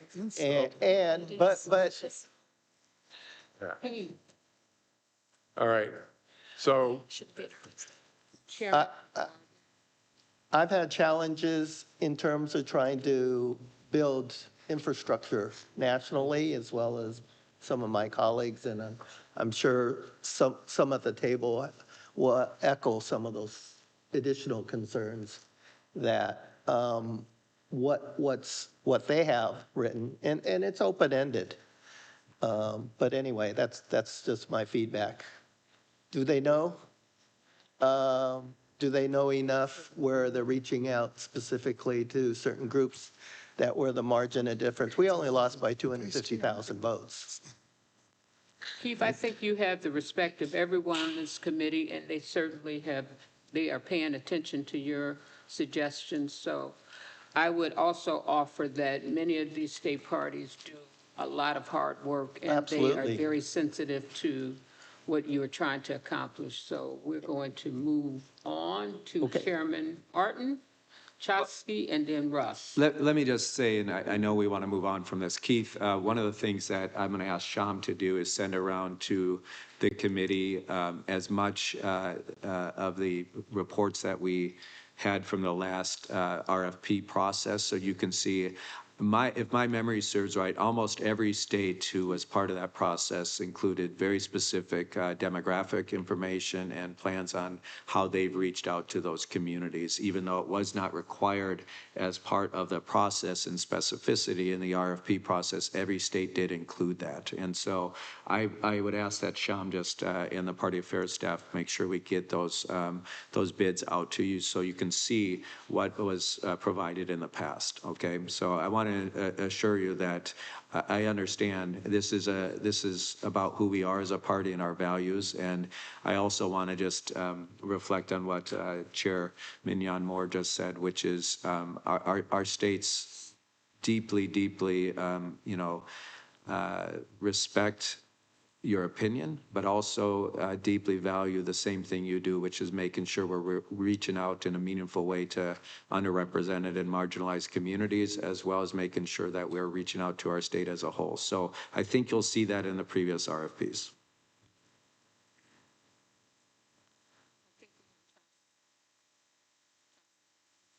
Shasti Connor from Washington State.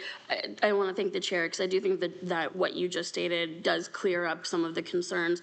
I will say, just to bring us back to part of the reason why we are endeavoring to sort of look at a new primary calendar, to take us back to the reasons why we wanted to review this and not just stick with the way we used to do it, which was Iowa and New Hampshire being at the beginning, was because we were hoping to bring states in who did have other sort of more diverse communities and diverse populations in their states. And as someone who is a member of a community that isn't always included in the list of the communities that we should be considering, and even the struggles I have in my own state as a state party chair, not all of our caucuses are fully developed with leadership, and I do think that it is important that we are continuing to remind our state leaders of the variety of communities that need to be thought of and considered as critical to this process. And I do think if we're including this information in this data, that helps to solve, I think, the concerns that Keith and a number of us do share,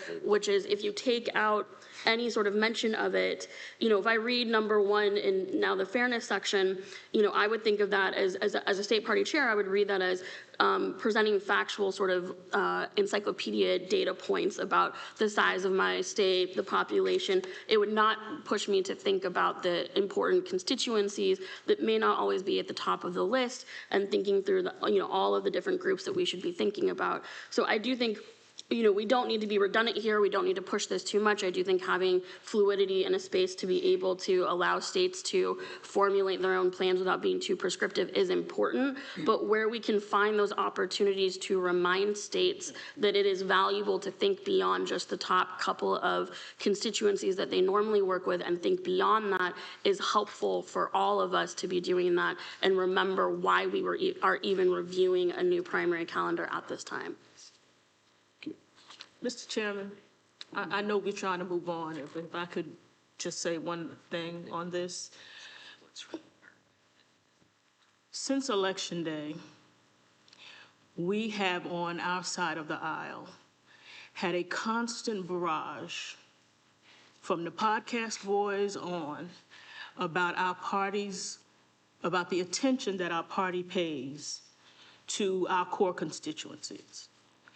We have had identity politics beaten over our heads about why it's wrong, why we do it wrong, why we should step back from it, why aren't we all just Americans, et cetera, et cetera. So I think some, at least for me, of the angst I feel with the language is I don't want us to affirm that we are stepping back in any way from the concern and the attention we pay to the core people who vote for us every single cycle, because it feels like erasure. We deal with it every day since Election Day. So somebody out there saying Democrats pay too much attention to identity politics. So that is the part of this that's grating me, because I don't want us to affirm in any way that those people are right, because I don't think we believe that. I don't think our state parties believe that, but when we start toying with the language in a way that just makes it all one vanilla thing, it feels like we are heading down that path, and it bothers me. Now, I'm okay with all the amendments we're making, but I want you to understand, underneath it for me is, does my party still willing to say that I'm important? Is my party still willing to articulate that in a document, that I am still an important part of this party? Or are we glossing me over to be palatable to the independents and this one and that one and the other one? It grates. It grates on me. Now I'm gonna vote for it because for the good and the order, but I want you to understand, underneath all of this is that angst for me. Is there still room here for me? And is my party willing to say it out loud where other people can hear it? Thank you, Mr. Chairman. Thank you. Leah, I think the language we now have on the screen, including populations critical to general election victory, is inclusive of what you're talking about. I'm fine. We're not backing away from it. We're talking about it in pretty clear language, I think. So I think what we'll move to now is voting on the question, does the committee want to accept the edits shown on the screen for section 3, paragraphs 1, 2, and 3? Well, it's been moved, basically. Yeah. I'm just going to say, all those in favor of accepting this language as it appears on the screen, please say aye. Those opposed say no. Those opposed say no. Sorry, Mr. Chairman, just a quick question. I know you're in the middle of a vote. That's not the amendment that I had made. Okay, the amendment that you made was just merely to strike, including each core Democratic Party constituency. Keith did make a suggestion of compromise language, which is that language. But if we were voting on my amendment, that's not my amendment. If we're voting on all right, his, so you're asking for a separate vote on your amendment first, and then we can I just didn't know if that's what overall language. Your amendment should read how, Steve? Just number 1 of section 3 should read, describe how the size, geography, population, structure, and infrastructure of the state will allow presidential candidates to engage in retail politics. In essence, rejecting the amendment that Keith had put forward. So it goes back to the initial language that was in the RFP. And I believe it was moved and seconded, that amendment. And then I think Keith suggested an amendment to my amendment. So give us again the language that you are proposing. Okay, section 3, number 1 would read, describe how the size, geography, population, structure, and infrastructure of the state will allow presidential candidates to engage in retail politics. And so you are removing the language including each It's core. as written in the original RFP, so it's as written in the submitted RFP. Right. My amendment is just to strike his amendment. So I'm still not My quite motion clear is to- here. my motion is to strike his You're amendment. removing the language including each core Democratic Party constituency? Yes, it's to. All right. It's There was to- a second for that. So all those in favor of removing that language before we vote on the overall amendment, please say aye. Aye. Opposed, say no. I would say the ayes have it.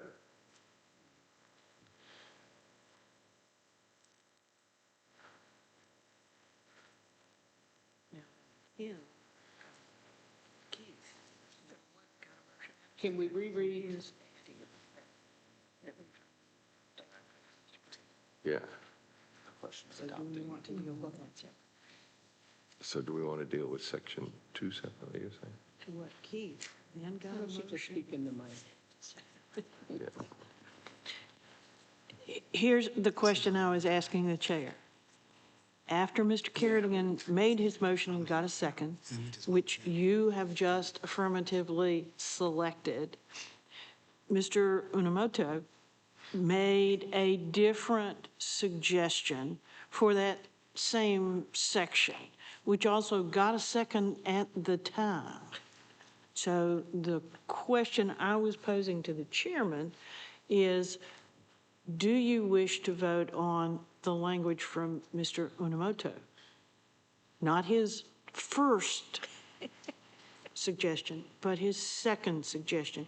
He clearly withdrew his first suggestion. And so his second suggestion being what is now on the screen. It was on the screen. It was taken off of the screen for purposes of considering Mr. Kerrigan's. There it is back up. Do you wish to vote on that, is the question. So my question, Helen, is the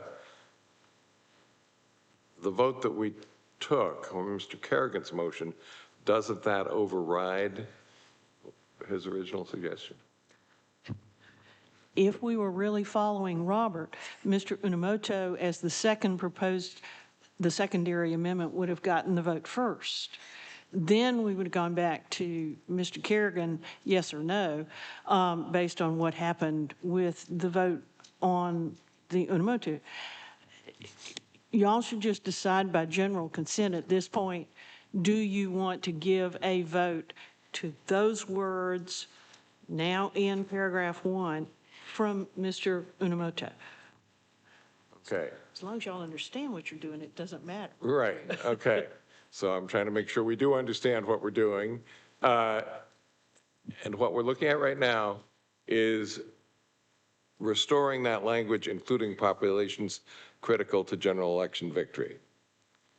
So restoring. So I'm going to ask for a vote on that. All those in favor of restoring that language, please say aye. Opposed, say no. No. So that comes out. Okay. So now we're back. Pardon me? For just for number 1. Okay.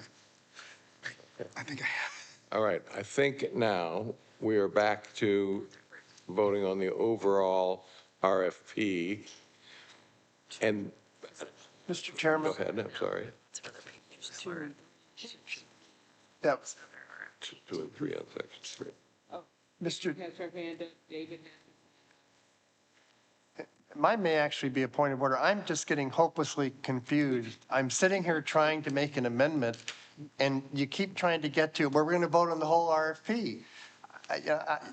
No, we're not going to do that yet. We're going to come back. Well, I just heard you say it again, so I just, it's causing me some concern that Okay. I can't follow what we're doing. No, so what I'm hearing is we're not ready to vote on either the full resolution or the full RFP yet, because there are other potential amendments.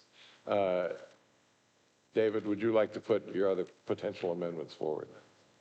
So not. All right. I think the first question is. Hold on a minute. What I'm hearing is we need to go back to paragraphs 2 and 3. Is that? Okay. Are your amendments dealing with paragraphs 2 or 3? Dealing with section 3, paragraph, or point 1, the one that we've just been laboring over, but on a different aspect. Okay, well, let's finish on point 1, and then we'll go to 2 and 3 before we move on. Okay. In that case, if I could make my amendment on point 1, the way that this is written is kind of grudgingly saying, well, if you really want to, we want to make sure you can do retail politics. And I don't actually know of any state that bars people from doing retail politics. I'd prefer to have this, I'd prefer to find out from states what it is about their state that facilitates candidates engaging in retail politics, what makes it easier for them to do retail politics if they want. And with that background, I would propose to amend the language so that it would say, infrastructure of the state facilitate presidential candidates engaging in retail politics. How the infrastructure of the state will facilitate presidential candidates engaging in retail politics. Second.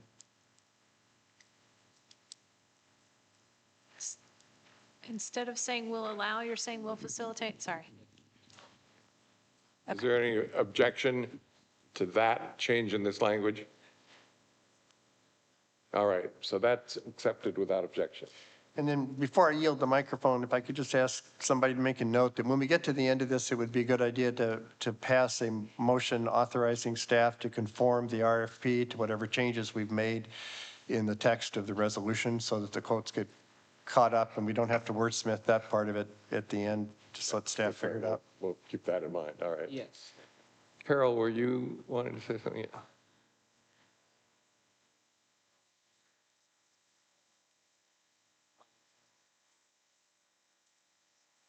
Carol, can you put your microphone on, please? I'm sorry, I just don't want us to leave section 3 until I have I'm sorry, section 4, until I have the opportunity to propose an amendment to the very last page of this document. I keep feeling like we're going to, like David, we're going to move on without the chance to do this, so. Sorry if I've engendered that anxiety. Yeah.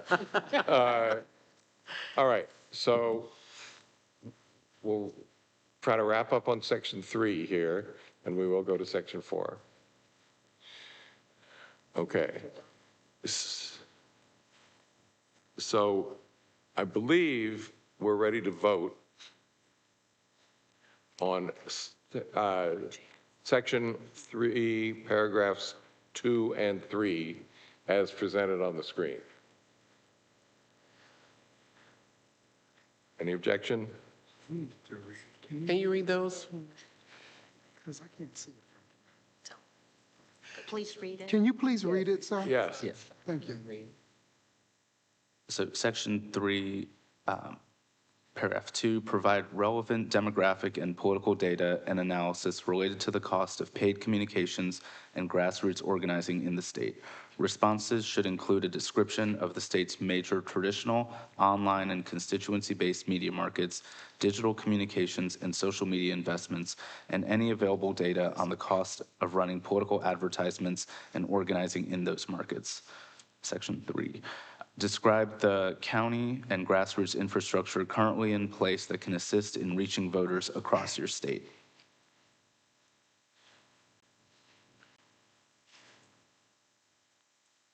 Any further discussion? All those in favor of this amendment as presented on the screen and read by Sean, please say aye. Opposed, say no. All right. Now, let's look at section 4. Jim, sorry, I hate to do this to you, but can you go back? The text that's on the screen does not accurately reflect the amendment that we passed in section 1. Words "to engage" should be changed to "engaging." The facilitate part of it got in, but the second word change, yeah. That's right. Just to make it read right. Thanks. Facilitate presidential candidates. Engaging in retail politics, okay. And to be, like, we took out grassroots organizing in number 2, so if that can just come out, because we included a third whole bullet about it. Yep, there we go.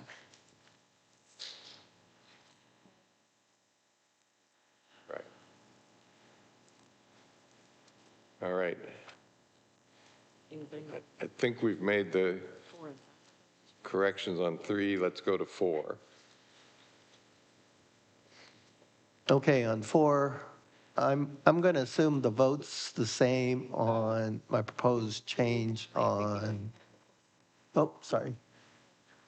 Do you mean section Is it for section 4?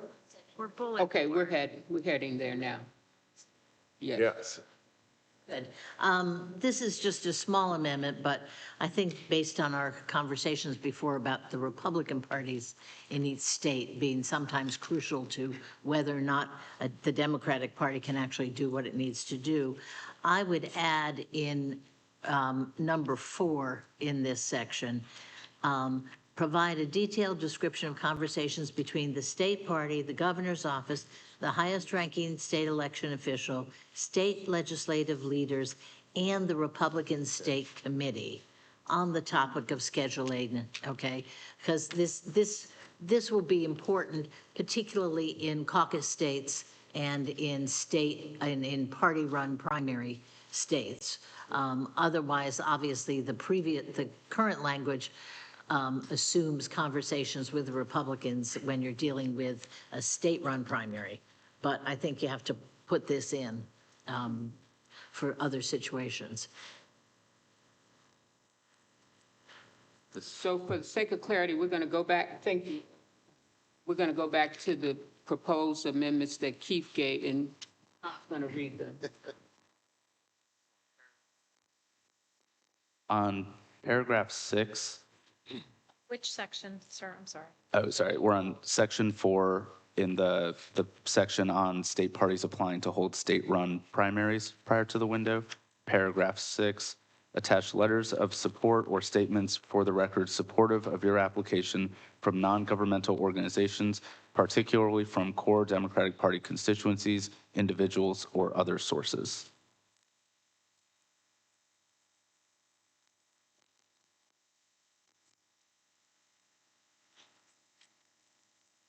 At the own. So what you were providing us was the language of paragraph 6 in section 3, is that correct? That's correct. Section 4. Sorry, paragraph 6 in section 4.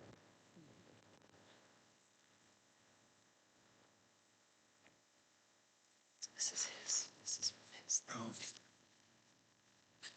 All right. We're ready to call the question on this language as amended.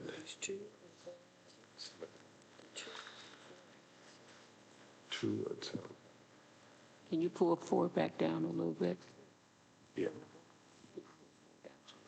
Yes or no? So it's language in paragraph 4 and language in paragraph 6, which unless somebody wants to divide the question, we will now vote on together. Okay, all those in favor of these amendments? I'm sorry, Artie, did you have a comment? Thank you, Mr. Chair. Sorry, it took me a minute to get caught up here. I think we should, on number 4, just say the Republican Party, because I think the state Republican Party, because I think different states could determine the state committee in different ways, because it could just be the chair that some states need to talk to. So I would just say it that way. If that's okay with you, Elaine? Okay, great, just to simplify it. And then on number 6, I thought we had decided to strike that from the other sections, so should we, I don't know if that really matters, but I'm okay with it, I guess. So, all right, so I think I'm good. on Thank you. changing to Republican Party, that's accepted by the maker of the motion. On particularly from core Democratic Party constituencies, this is a little different from what we were talking about before, because before we were talking about requiring description of how we're going to deal with it. Here we're talking about letters of support or statements for the record. And we're just suggesting, again, in terms of what will be an effective application, that people solicit statements from core Democratic Party constituencies. I think we have Wendy and Jane, and looks like somebody's 10 is up next to Chris. Just Wendy. Oh, just Wendy, okay. Thank you, Ms. Wendy Davis from Georgia. I had a question about, we're in section 4, number 4, the amendment we just added about state Republican parties. I would like to suggest a friendly amendment that says, if applicable, because if we don't need the Republicans to make this change, I'm not sure why we need to seek their mother, may I? Could you repeat? I'm sorry, I couldn't quite.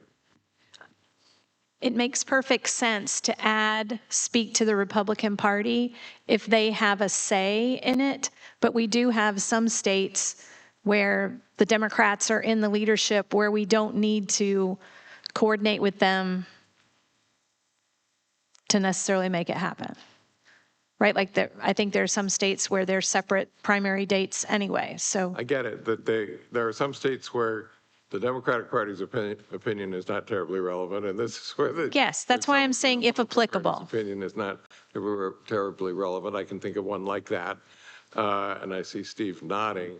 My whole point was just to say if applicable, that's all. I still think it may be useful to, if there's information that in some way the state Republican Party is going to try to obstruct what we're doing, we ought to know about it.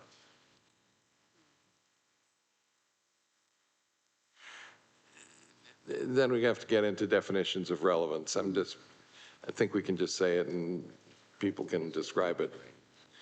All right. I think, is there anything else that people want to add regarding the sections 4 and 6, paragraphs 4 and 6 in section 3? Section 4. All right. All those in favor of these paragraphs as shown on the screen, please say aye. Opposed, say no. Any abstentions? So the ayes have it, and what we're going to be considering is what we have on the screen now. Yes, Elaine? I thought this would be, I didn't realize that, well, there's another section of this.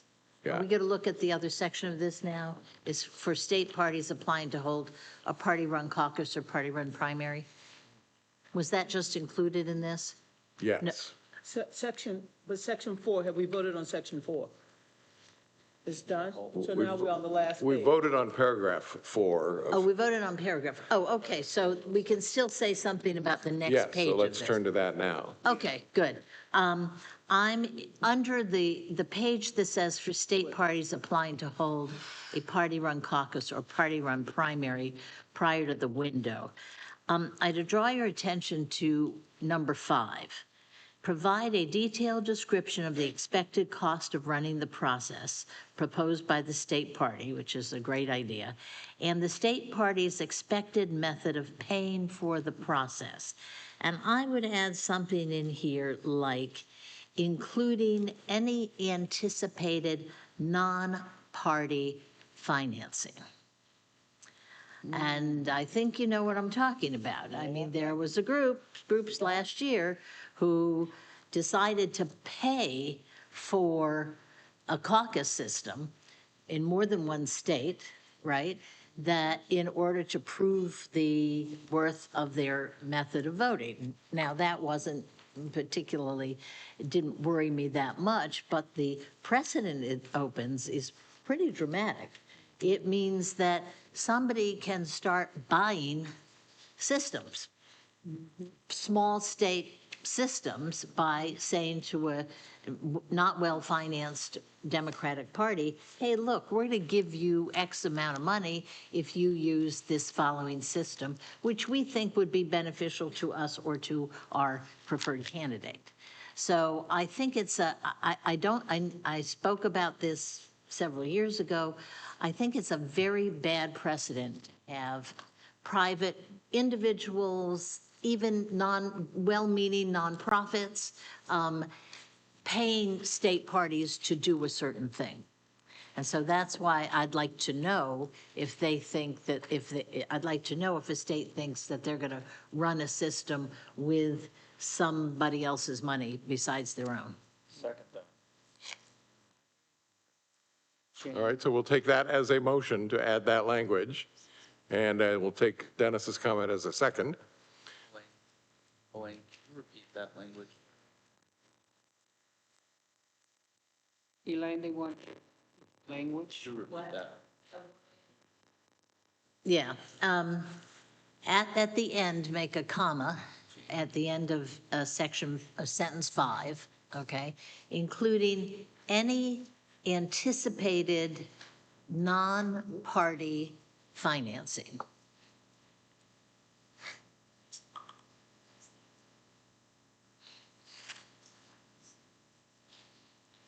Okay.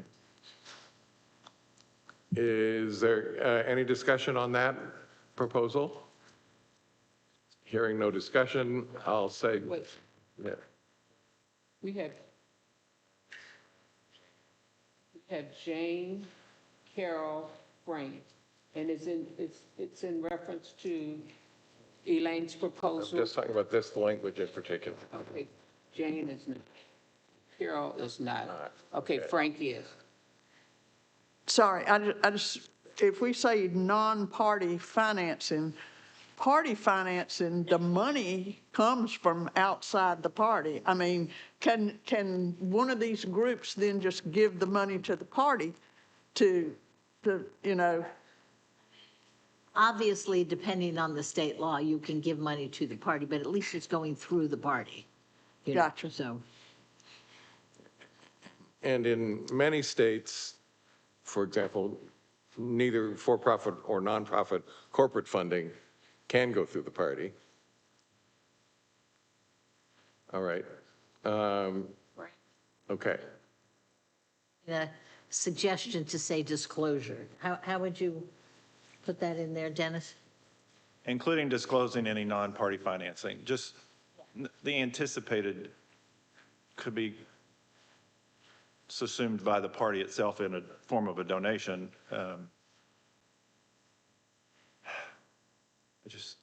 I'll just remind folks that all donations are disclosed by state parties, either through our state disclosure or the FEC, depending on the type of money we get. Okay. Frank, and then David. Yeah, frankly, on DC, I have, so I very much support this, but there's a question of non-party financing. Should it be non-party contributions? Is that what we're getting at? Financing or contributions? Because if I give money to your state party, then it's party financing after that. So that's not, we want to get to me and disclosing me. So I would say non-party contributions or financing. Do it again, that's, Including disclosing any anticipated non-party contributions or financing. okay, All right, accepted. yeah, that's accepted. All right, who else? David? I mean, I think we're trying to get to the point of people who are earmarking funding for this process. So maybe just saying like, including financing earmarked for the process or something. I think like the non-party contribution disclosure gets like really confusing, but we're basically trying to say funding that's earmarked for the, the expected method in which they're running their. So this modifies the phrase paying for the process. So I think that's what we're saying. Okay. Okay. It's paying for this process as opposed to, a Democratic PAC submit, if it's legal, Yeah, I contributing. guess the non-party contribution is kind of an odd thing. Because they're all either contributions to the party or they're non-party contributions. There's like, like depending on how you categorize it. Maybe say, including any major contributions earmarked for the process. I think earmarked for the process does it because then somebody, in other words, a contribution for something else. Exactly. Right. It's That's just- what I'm worried about. Yeah, here's what, help me, the lawyers in the room, help me out here. What we don't want is we don't want somebody, particularly in a small state, buying the process, buying a particular process because that might be good in some instances and it might have a lot of negative things. So we don't want somebody buying the process by going to a not well-funded state party and saying, if you do your caucus or your state-run primary this way, we're gonna pay for it. So that's what we don't want. Now, help me out. How do we get to that? So I think what we're trying to say Looks good. is including disclosing any anticipated non-party contributions or financing earmarked for this process. Okay, So just rearrange those words. rearrange it a little. And Frank has his hand up. Yeah, frankly, and that's better, but what's to stop the state party from saying, well, we just did this process and, this contribution came? I mean, I don't think there's I don't know that we can have a written document that I says don't this is think there earmarked. is an ironclad way. Yeah. So I think also earmarked is just too Washington a term for me. Okay. So I would Okay, just leave it, specified rather non-party than contributions or okay. financing. And not look at, not give them the out of saying, no, that's not what it was for. If it's coming from this group, we want to know about it, Yeah. or these groups, or any So groups. say specifically for this process. Yeah, but it's expected method of paying for the process, so Yeah, that's, okay. that kind of gets to that point. Okay. Before we move on from this section, I'd personally like to hear from Jane, does this give you comfort, heartburn, since Well, this? I mean, many of us were just saying that in some of our, well, and maybe many of our states, you can't take earmarked donations to begin with. So, I just think that we, as state parties, disclose donations in our state filings and our FEC filings. I think it's fine as a bullet, but just know that we don't take earmarked donations. They donate to the state party for all of our functions, and then we already disclose it. All right. Any further discussion here? All right, so we're voting on the language on the screen for paragraphs 5, 7, and 8.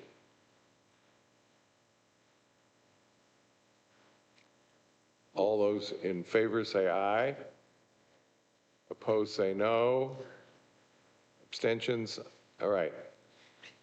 Carol, did you have a comment? Well, I think we can move on to the next section. I had, Pardon me? That's the last one, okay. So what section? I'm sorry. What did you want to comment on?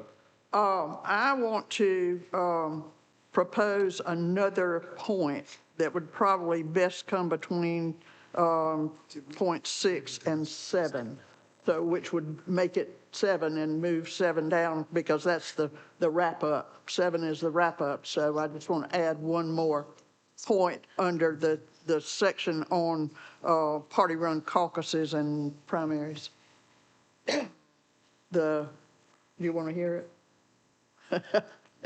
I just was not sure whether we had gotten to this point or not, but we have to remember that these states who are applying to be early in the process are applying to be the focus of a lot of attention all around the country. And we have seen before a time or two that a screw up early in the process is much more noticeable than a screw up in May. So I would propose that we add a section that says, describe your state party's experience in conducting a party-run primary or caucus. Provide information on problems that arose and how those issues will be avoided in 2028. Nice. Is there a second? Fifth. Any further discussion on that proposal? All right, all in favor say aye. Opposed, no. Abstentions? All right, so that is added.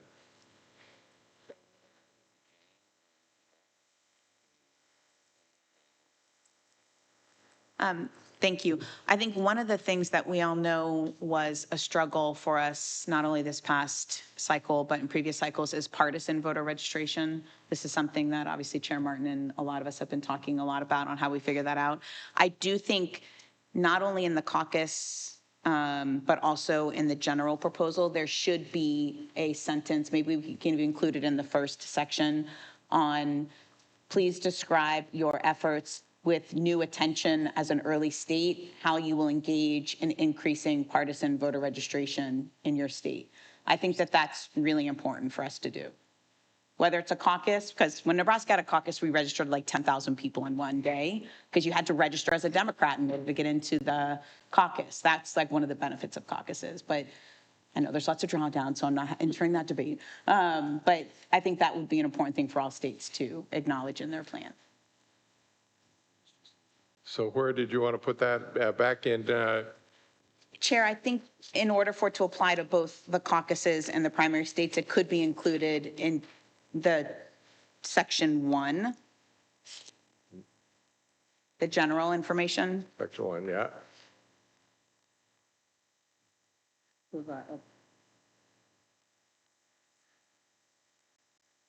So describe your plan to develop a partisan voter registration effort with the added attention of being an early state.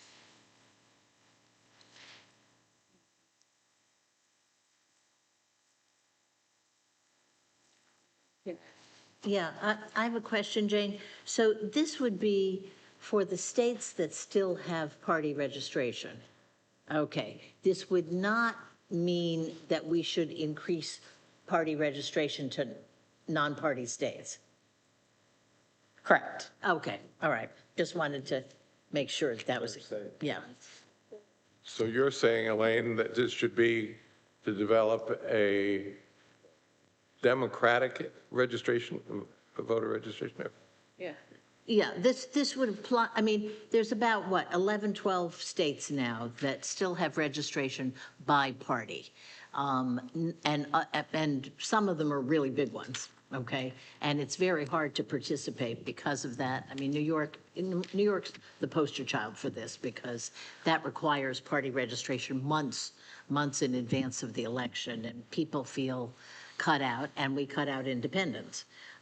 So I just wanted to make sure that we were on the same wavelength on this, okay? Because we don't want really more of these states. So in the states that would have it, we want them to figure out how to increase their voter registration. In some states, it might be like, shortening the length of time before which they have to declare they're a Democrat or something like that. My point is not on that. My point is adding more Democrats to the voter roll. And I know that there are a few states that don't have partisan voter reg, like North Dakota, for example. But this is about how are we adding more Democrats to the voter roll? Yeah, and I think that's the same thing. Yeah. That in other words, it's hard to add more Democrats to the voter roll when you have to change your party registration 9 months before the election, because it's just impossible to get people to think about that. Okay, we're on the same wavelength.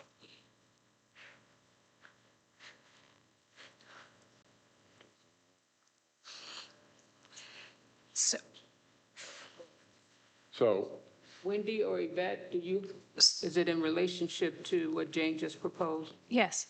Okay. What is on the screen doesn't sound like what the chairwoman just said.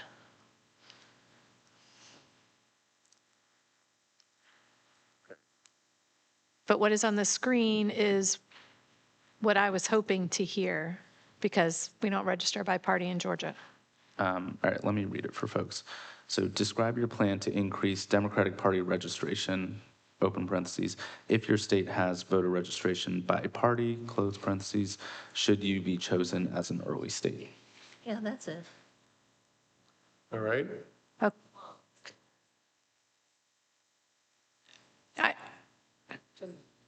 Jane, you want to reread your language so we can be clear? Okay. I use the word partisan registration, but if you want to say Democratic Party, that's fine.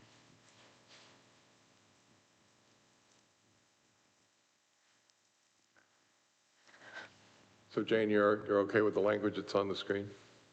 Yes, the goal is if state parties are applying to be an early state, we want them to describe how they're going to increase the number of Democrats registered in their state. It is a massive problem across the country. So if you're an early state, I want to know that plan. So if for states that don't register by party, how can we show that we've increased Democrats? Yeah, that's why they put in the. So that's why I think we were saying partisan voter registration. I mean, for it to be clear for me, I'm not sure if it's clear for everybody else. Yeah. I have a comment. That's Maria. About that. I completely agree with Jane. This is a huge issue across the board, not just in the states that have party registration. So do we want to also ask states that don't require party registration to participate in the primary to try to increase partisan registration by Democratic Party registration? So, I think we do, just because I do think it's a problem overall, and it's something that Republicans are using as a tool against us. But I don't know if that will put in, something that's onerous on states that don't have party registration for the actual, doing of the primary. Like, if they have to do a primary, is that going to be a layer of frustration if they have to do that? The concern that I have as a state that doesn't have partisan registration is how do we demonstrate that we've increased the voter registration? It's just going to say, that this number has increased. Yeah, and So it's not going to say Democrats, it's going to say you've got 5,000 new voters. Yeah, I think that's in the states without partisan registration, you vote in the primary. Most states you ask for a Democratic ballot or Republican ballot. You're recorded as having taken that ballot, and that becomes the list of Democratic voters, even though you see. So you don't know it beforehand? Yeah, you don't have to see, in the states with party registration, you can't get, if you decide you want to vote in the Democratic primary on election day, you can't vote there. So that's why I think we don't need to talk about. To do it more than just the Yeah. states. Okay, I got you. Okay. All right. So Okay, are we ready to So it vote is- on this language? It's on the screen right now. So if you'll pardon me, I heard the chairwoman say that she wants us to be increasing the number of Democrats registered to vote all over the country, not just in states that register by party. But this language would not apply to my state because we don't register by party. And you're okay with that? Because it sounded like you wanted it more broad than just the states who register by party. I think the goal is to get more Democrats registered to vote. Yes. And we're just asking the states that want to be in this window to describe their plans. But if we say, if your state registers by party, then I don't have to worry about that. No, wait, let me make a suggestion. I think maybe the way to fix this is just flip this around and says, if your state has voter registration by party, describe your plan to increase Democratic registration. Okay, so in other words, it's clear that we're talking to that subset of the states that has party registration. And that would help, I think that would help reformers in those states, push easier, deadlines, et cetera. But it's clear we're only talking about 11, 12, 13 states. I haven't looked at it recently. Does that help? Does that deal with it? Wendy? You got to take out. Wendy, does that deal with it? Yeah. So I think we should just maybe take out by party, because I do think we're talking about two different things. I hear Wendy and Chair Spain. The goal is to increase the number of Democrats who are registering, and I understand in some states it's not done by party. But the point is that we're increasing voter registration, and that as a National Democratic Party committee, in our call for early states, we're making it very clear that one of our main goals is to increase voter registration.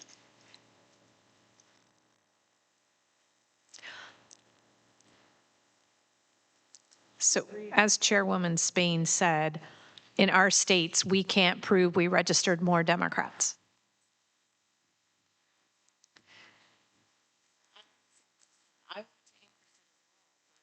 Well, you can't.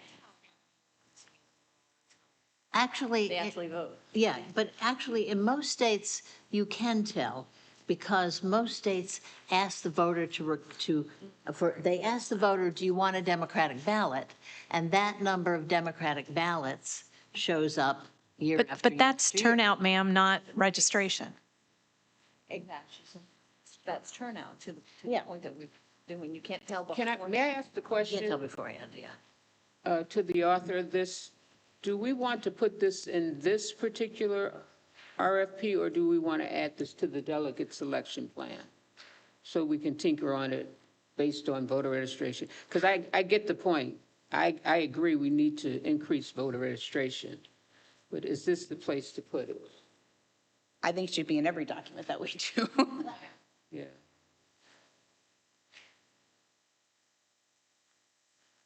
Okay, Frank, Susan? Yeah, frankly, I'm formerly of Virginia, where we don't have party registration, and I'd really like to see the language that was there a minute ago go back. And the issue that Professor Kemrick is trying to address is like the situation in New York, where you can't participate in the primary unless you registered long in advance. And I think we addressed that issue specifically, but it's not, we want more voter registration, period. It's we want people who identify as Democrats to be able to participate in the primary. And we don't want to say you should have party registration if you don't, because that's kind of up to the states to decide.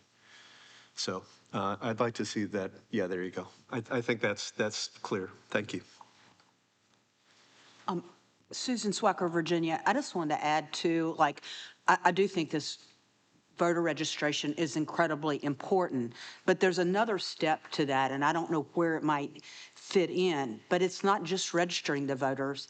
Then how are you communicating with the new voters and getting them out to vote on a regular basis with us? And I think sometimes we fall down on that aspect. We get real excited about how many people we've registered, but then we don't follow up.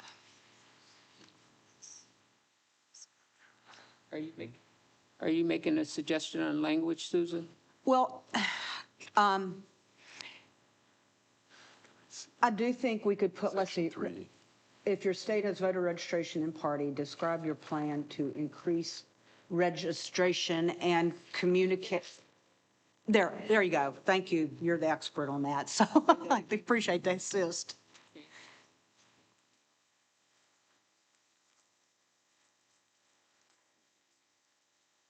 Jane, would you like to get out?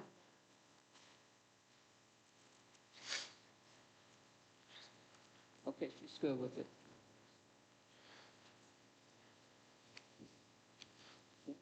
Yeah, I am. I'm just looking at where this might go.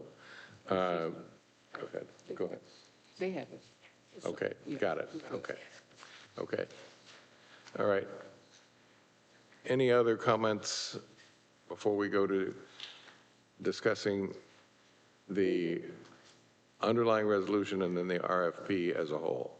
David, I think David. In light of Carol Fowler's amendment, adding in the request for how have you done this in the past, what problems, and so on and so forth, it seems to me that existing point 1 has now become redundant, and we might just want to take it out to shorten the document. Point 1 said, provide an explanation of your past use of party-run primaries, and now 6 paragraphs later, we're asking for a detailed history about the same thing. Point 1 in which section are you? Point 1 on the last page of the RFP. Okay. We done with this one? Let's go to that. That's on where we are. Ask about the whole section. All right. First, let's vote on, before we go to that, then let's vote on paragraph 4 of section 1 as it appears on the screen. All those in favor say aye. Opposed say no. Abstentions? All right. Now let's go. I would move to delete paragraph 1 in light of the addition we made on Carol Fowler's amendment. Paragraph 1 of the last page on state parties applying to hold a party-run caucus. I would delete the paragraph that says provide an explanation of the state party's past use of caucuses and/or party-run primaries in the presidential nominating process in light of the fact that we have now added an additional paragraph asking for a detailed explanation of your past use and any problems you've had and so on and so forth. So on the screen, let's go to paragraph 1, which David is proposing to strike. Actually, say parties past use presidential nominating process. Now let's go down to the new language. Carol. 7. 7. Describe your parties when you conduct the program. Provided. Move that to point 1. Well, either one is not have both Issues will be avoided. All right, so David, you are proposing striking paragraph 1. As redundant of paragraph 7 at this point. And Okay. keeping the more detailed language rather than Yeah. the general. And then renumbering the other paragraphs. Is there a second for David's? Yep, a second. Any further discussion? All those in favor say aye. Frank, I'm sorry. I think it reads better if we move paragraph 7 to where paragraph 1 was.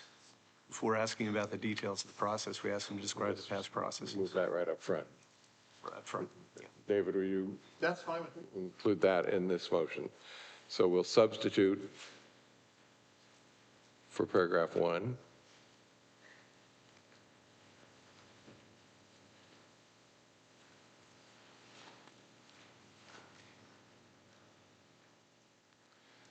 Okay.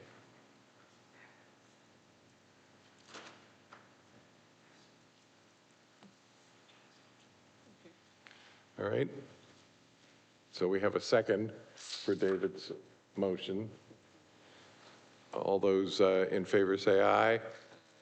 Opposed say no. Abstentions? All right, so we've done that. Any further amendments on the RFP? Let's turn to the resolution then. Any amendments on the resolution?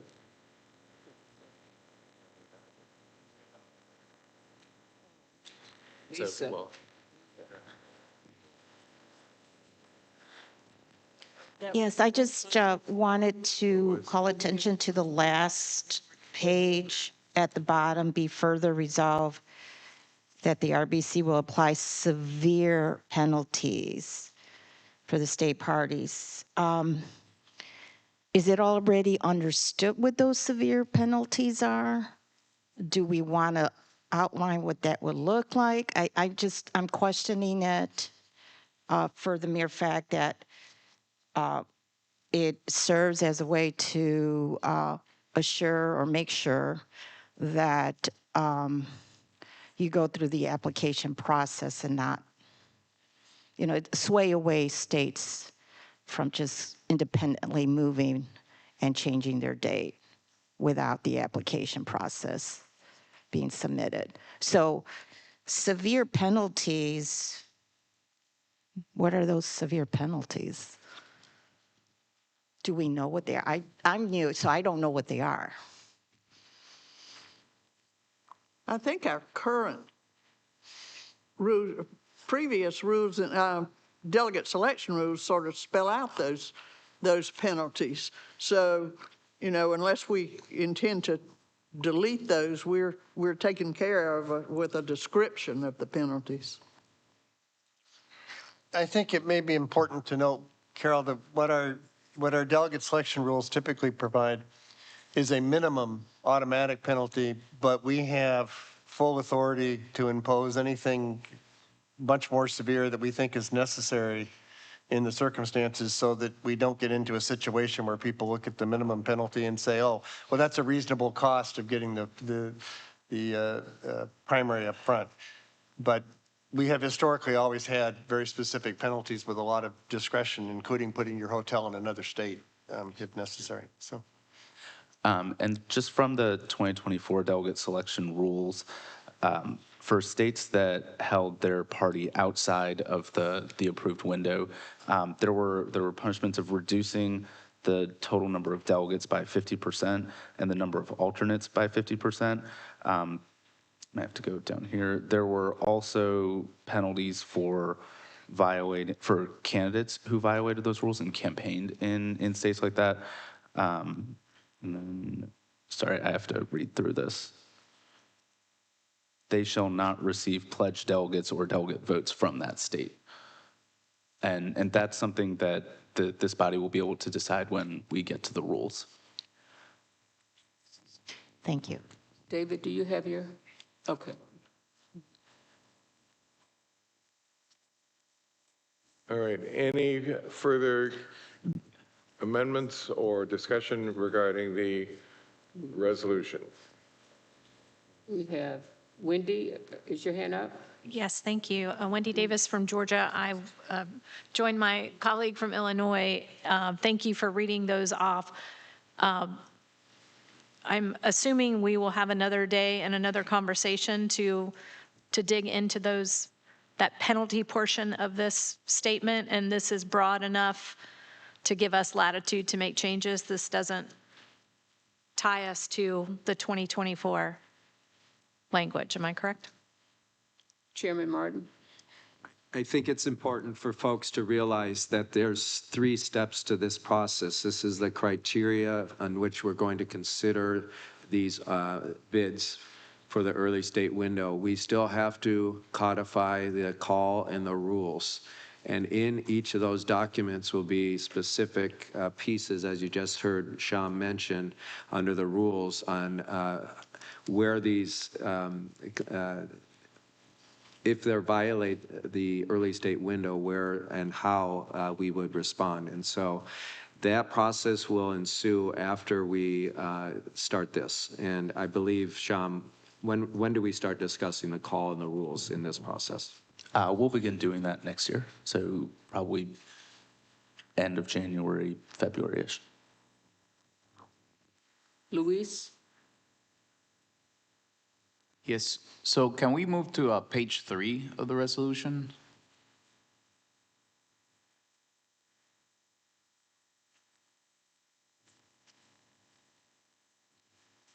Okay, so I would like to propose a conforming amendment just to switch criteria number 2 to, oh, it's already switched, sorry. Okay, that's fine. Great.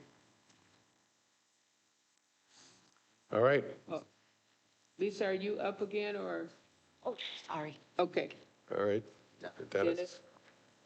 May I be so bold as to move that we adopt the resolution as edited? So we have a motion already. You're calling the question, I think. Yeah.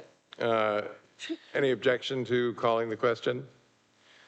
All those in favor of calling the question, say aye. That was pretty clear. Those opposed, say no. All right. So you have the resolution as amended. I don't know that we want to read the whole thing. No. No. Okay. Any further discussion? We will go to a vote on the resolution as amended. Can the amendments be reviewed? I know we don't need to read the whole thing, but I just so we're all clear, because we talked about that earlier, and it's hard to read. They've already been incorporated into the document. The question has been called, so we should go straight to a vote. That's right. All those in favor of the resolution as presented and amended, please say aye. Opposed, say no. Abstentions? We just adopted the resolution. All right, and now the RFP as amended. Any further discussion? All those in favor? Before you do that, Pardon me, David? before we actually adopt it, could I make a motion that we adopt it subject to amendment by staff to make it conform to the changes we made in the resolutions? Planning on a separate motion for that in a minute. It's a little harder to do once we've actually adopted it, though, because, anyway. Okay. All right, so you want to amend both of these motions to say that staff can make corrections, is that?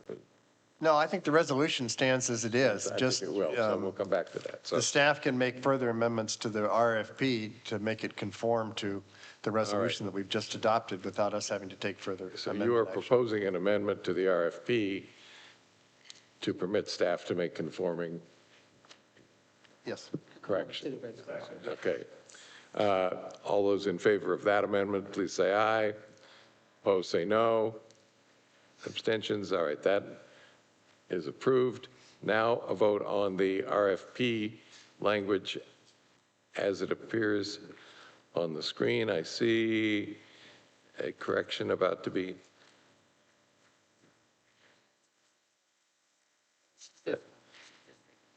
Okay, so that would be conforming, all right. Point of information. All those in favor say aye. We have some on the rest over here. I'm sorry. I thought we moved the date to January.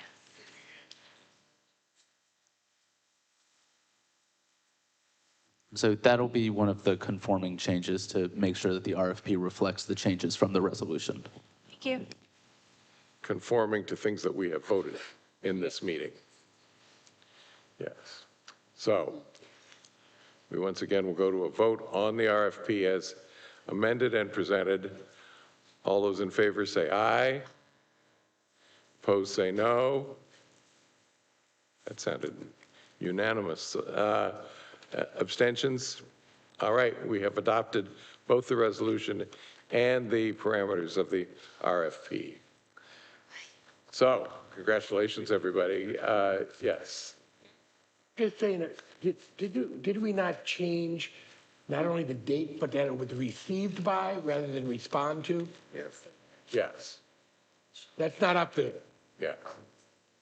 Conforming? Again, conforming. Yes, Right. conforming, yes. All right. So members, we have come to the end of our agenda for today's RBC meeting. Yep, maybe we have not. So as I mentioned yesterday, I would like to offer a motion that our next meeting have a virtual option, since some of us will be in theoretically, who knows if we're ever going back, will be in session of Congress and not able to geographically get to California. So how do we?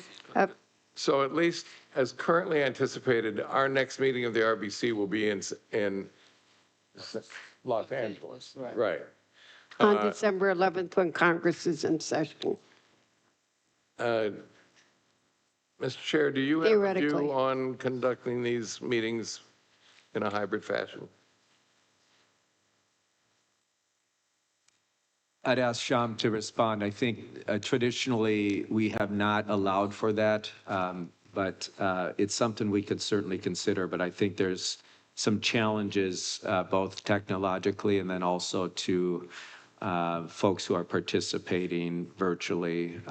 In the past, we found that it hasn't been successful when we've tried to do that. But Sham, I'd ask you to respond a little bit further. For the Los Angeles meeting, that's not something that's going to be possible. It is something that we can take a look at and have a conversation about, but we do have the proxy system for members who aren't able to attend.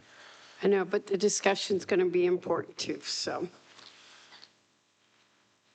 What's going to be important, Debbie? The discussion. The discussion. Now, the discussion will be available on the YouTube channel, actually. So And we'll have to call somebody desperate to take my call. it's the voting that I think we have a technological barrier to. But for that, you can have a proxy, and you need to remind them to charge their phone. Jim, can I, Yes, Elaine. this brings up the question, now that we've done this, what are we going to do in Los Angeles? I believe we're going to do our normal business of charter amendments and rules amendments. Okay, so charter amendments. Charter and bylaws amendments. Charter and bylaws amendments. Right. But are we going to, when do we start the review of the delegate selection plans, our process? That's next year? So now that we have the timeline here, it'll play off of that. Okay. Okay, so Debbie, do you want to make your suggestion for a hybrid meeting in Los Angeles, a formal motion? Or Well, I would like to make it a formal motion, but I think basically we understand what can be done and can't be done for that meeting. If there's any improvement in that, we'll try. Okay, so I don't think you're making a formal motion, am I? So we don't have to vote on it. are you Yeah. commenting on this? Yeah. Joanne? Joanne Dowdell, New Hampshire. I just have a question about the virtual meetings. What did we do during COVID? Didn't we? We did virtual meetings during COVID, yes, Ken. It's not a question of virtual. The challenge is hybrid meetings, when you have some participating in person and some virtually. It makes it really hard to conduct business. So it would either be an all virtual meeting with everyone on Zoom or an all in-person meeting. And so I will just say, right now, since we already have a meeting scheduled for December, where we'll start the review of the rules and the charter and bylaws, that will be an in-person meeting. Unless you all decide you want to do that virtually, which we could do to accommodate other members, but we would not do a hybrid meeting. Again, it proves to be very problematic and very undemocratic, to be honest with you. So I will say I respect what Debbie is trying to get at, and if we want to accommodate other people who are not going to be there, then we should vote to actually just conduct the meeting completely virtually. And I think that making it all virtual doesn't give it the significance that it ought to have. So it's the hybrid nature that's the problem. There may be technological improvements between now and December. You know? Mr. Chair. Yes. I conducted, and thank you, Congresswoman, for bringing up an issue that I know we're all concerned about, especially now we hope the government reopens. We applaud the House Democrats and Senate Democrats for all of the great leadership that they are providing to Americans who want to keep their affordability, their rates down, whether it's utility rates, their health care premiums, et cetera. But like the Congresswoman, I conducted my first class online in Minnesota. And based on the schedule that we outlined, or we are outlining, it looks as though over the next 2 years, as I wind down my part-time occupation as an adjunct professor, I will be conducting my first and my last class online, and my final exams based on the schedule. So I would hope that we figure out some accommodation to some of us. And I know we all have issues, but I try to make it to all the meetings, but it is going to get a little bit, I don't know, difficult, challenging. I definitely think we can take a look at the schedules for members' needs. I don't think we're locked in. Any further discussion on hybrid versus? So we will move on for that, and we'll have the staff, actually, Congresswoman, get back to you on that and what is possible. I think one of the reasons why they are suggesting a full meeting is because we have a full DNC meeting, and normally when we're present, and we certainly respect the fact that you're doing the hard work on the Hill. Yeah, so, but we should give that full consideration. But before we leave, I do want to give an update on the Charter and Bylaws Working Group that we talked about in our last meeting in Minneapolis. And thanks to all of you who volunteered. So obviously you love being on this committee and you love being appointed to other committees. So after consulting with my co-chair, Jim, and the chairman, we formed a working group co-chaired by Susan Swecker and Frank Leon. Thank you very much for offering to co-chair this, with the following members: Cristobal Alex, Maria Cardona, Russ Carnahan, Leah Daughtry, Carol Fowler, Elaine Kmart, Yvette Lewis, David McDonald, Henry Munoz, Shab Marif, Andre Washington.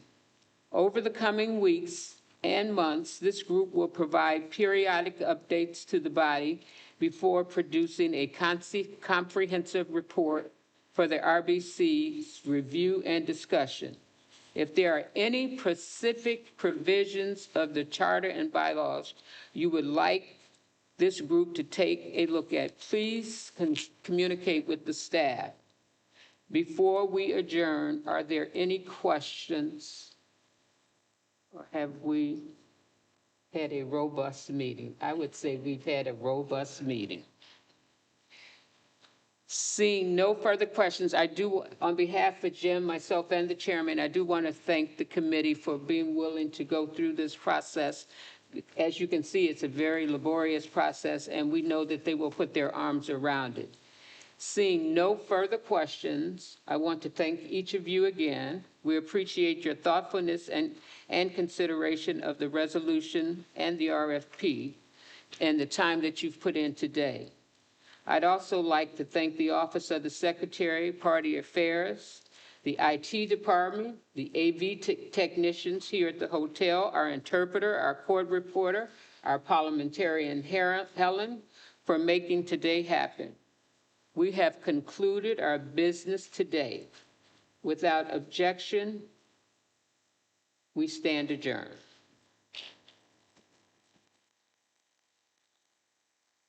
Thank you, everybody. Okay, so I have some recommendations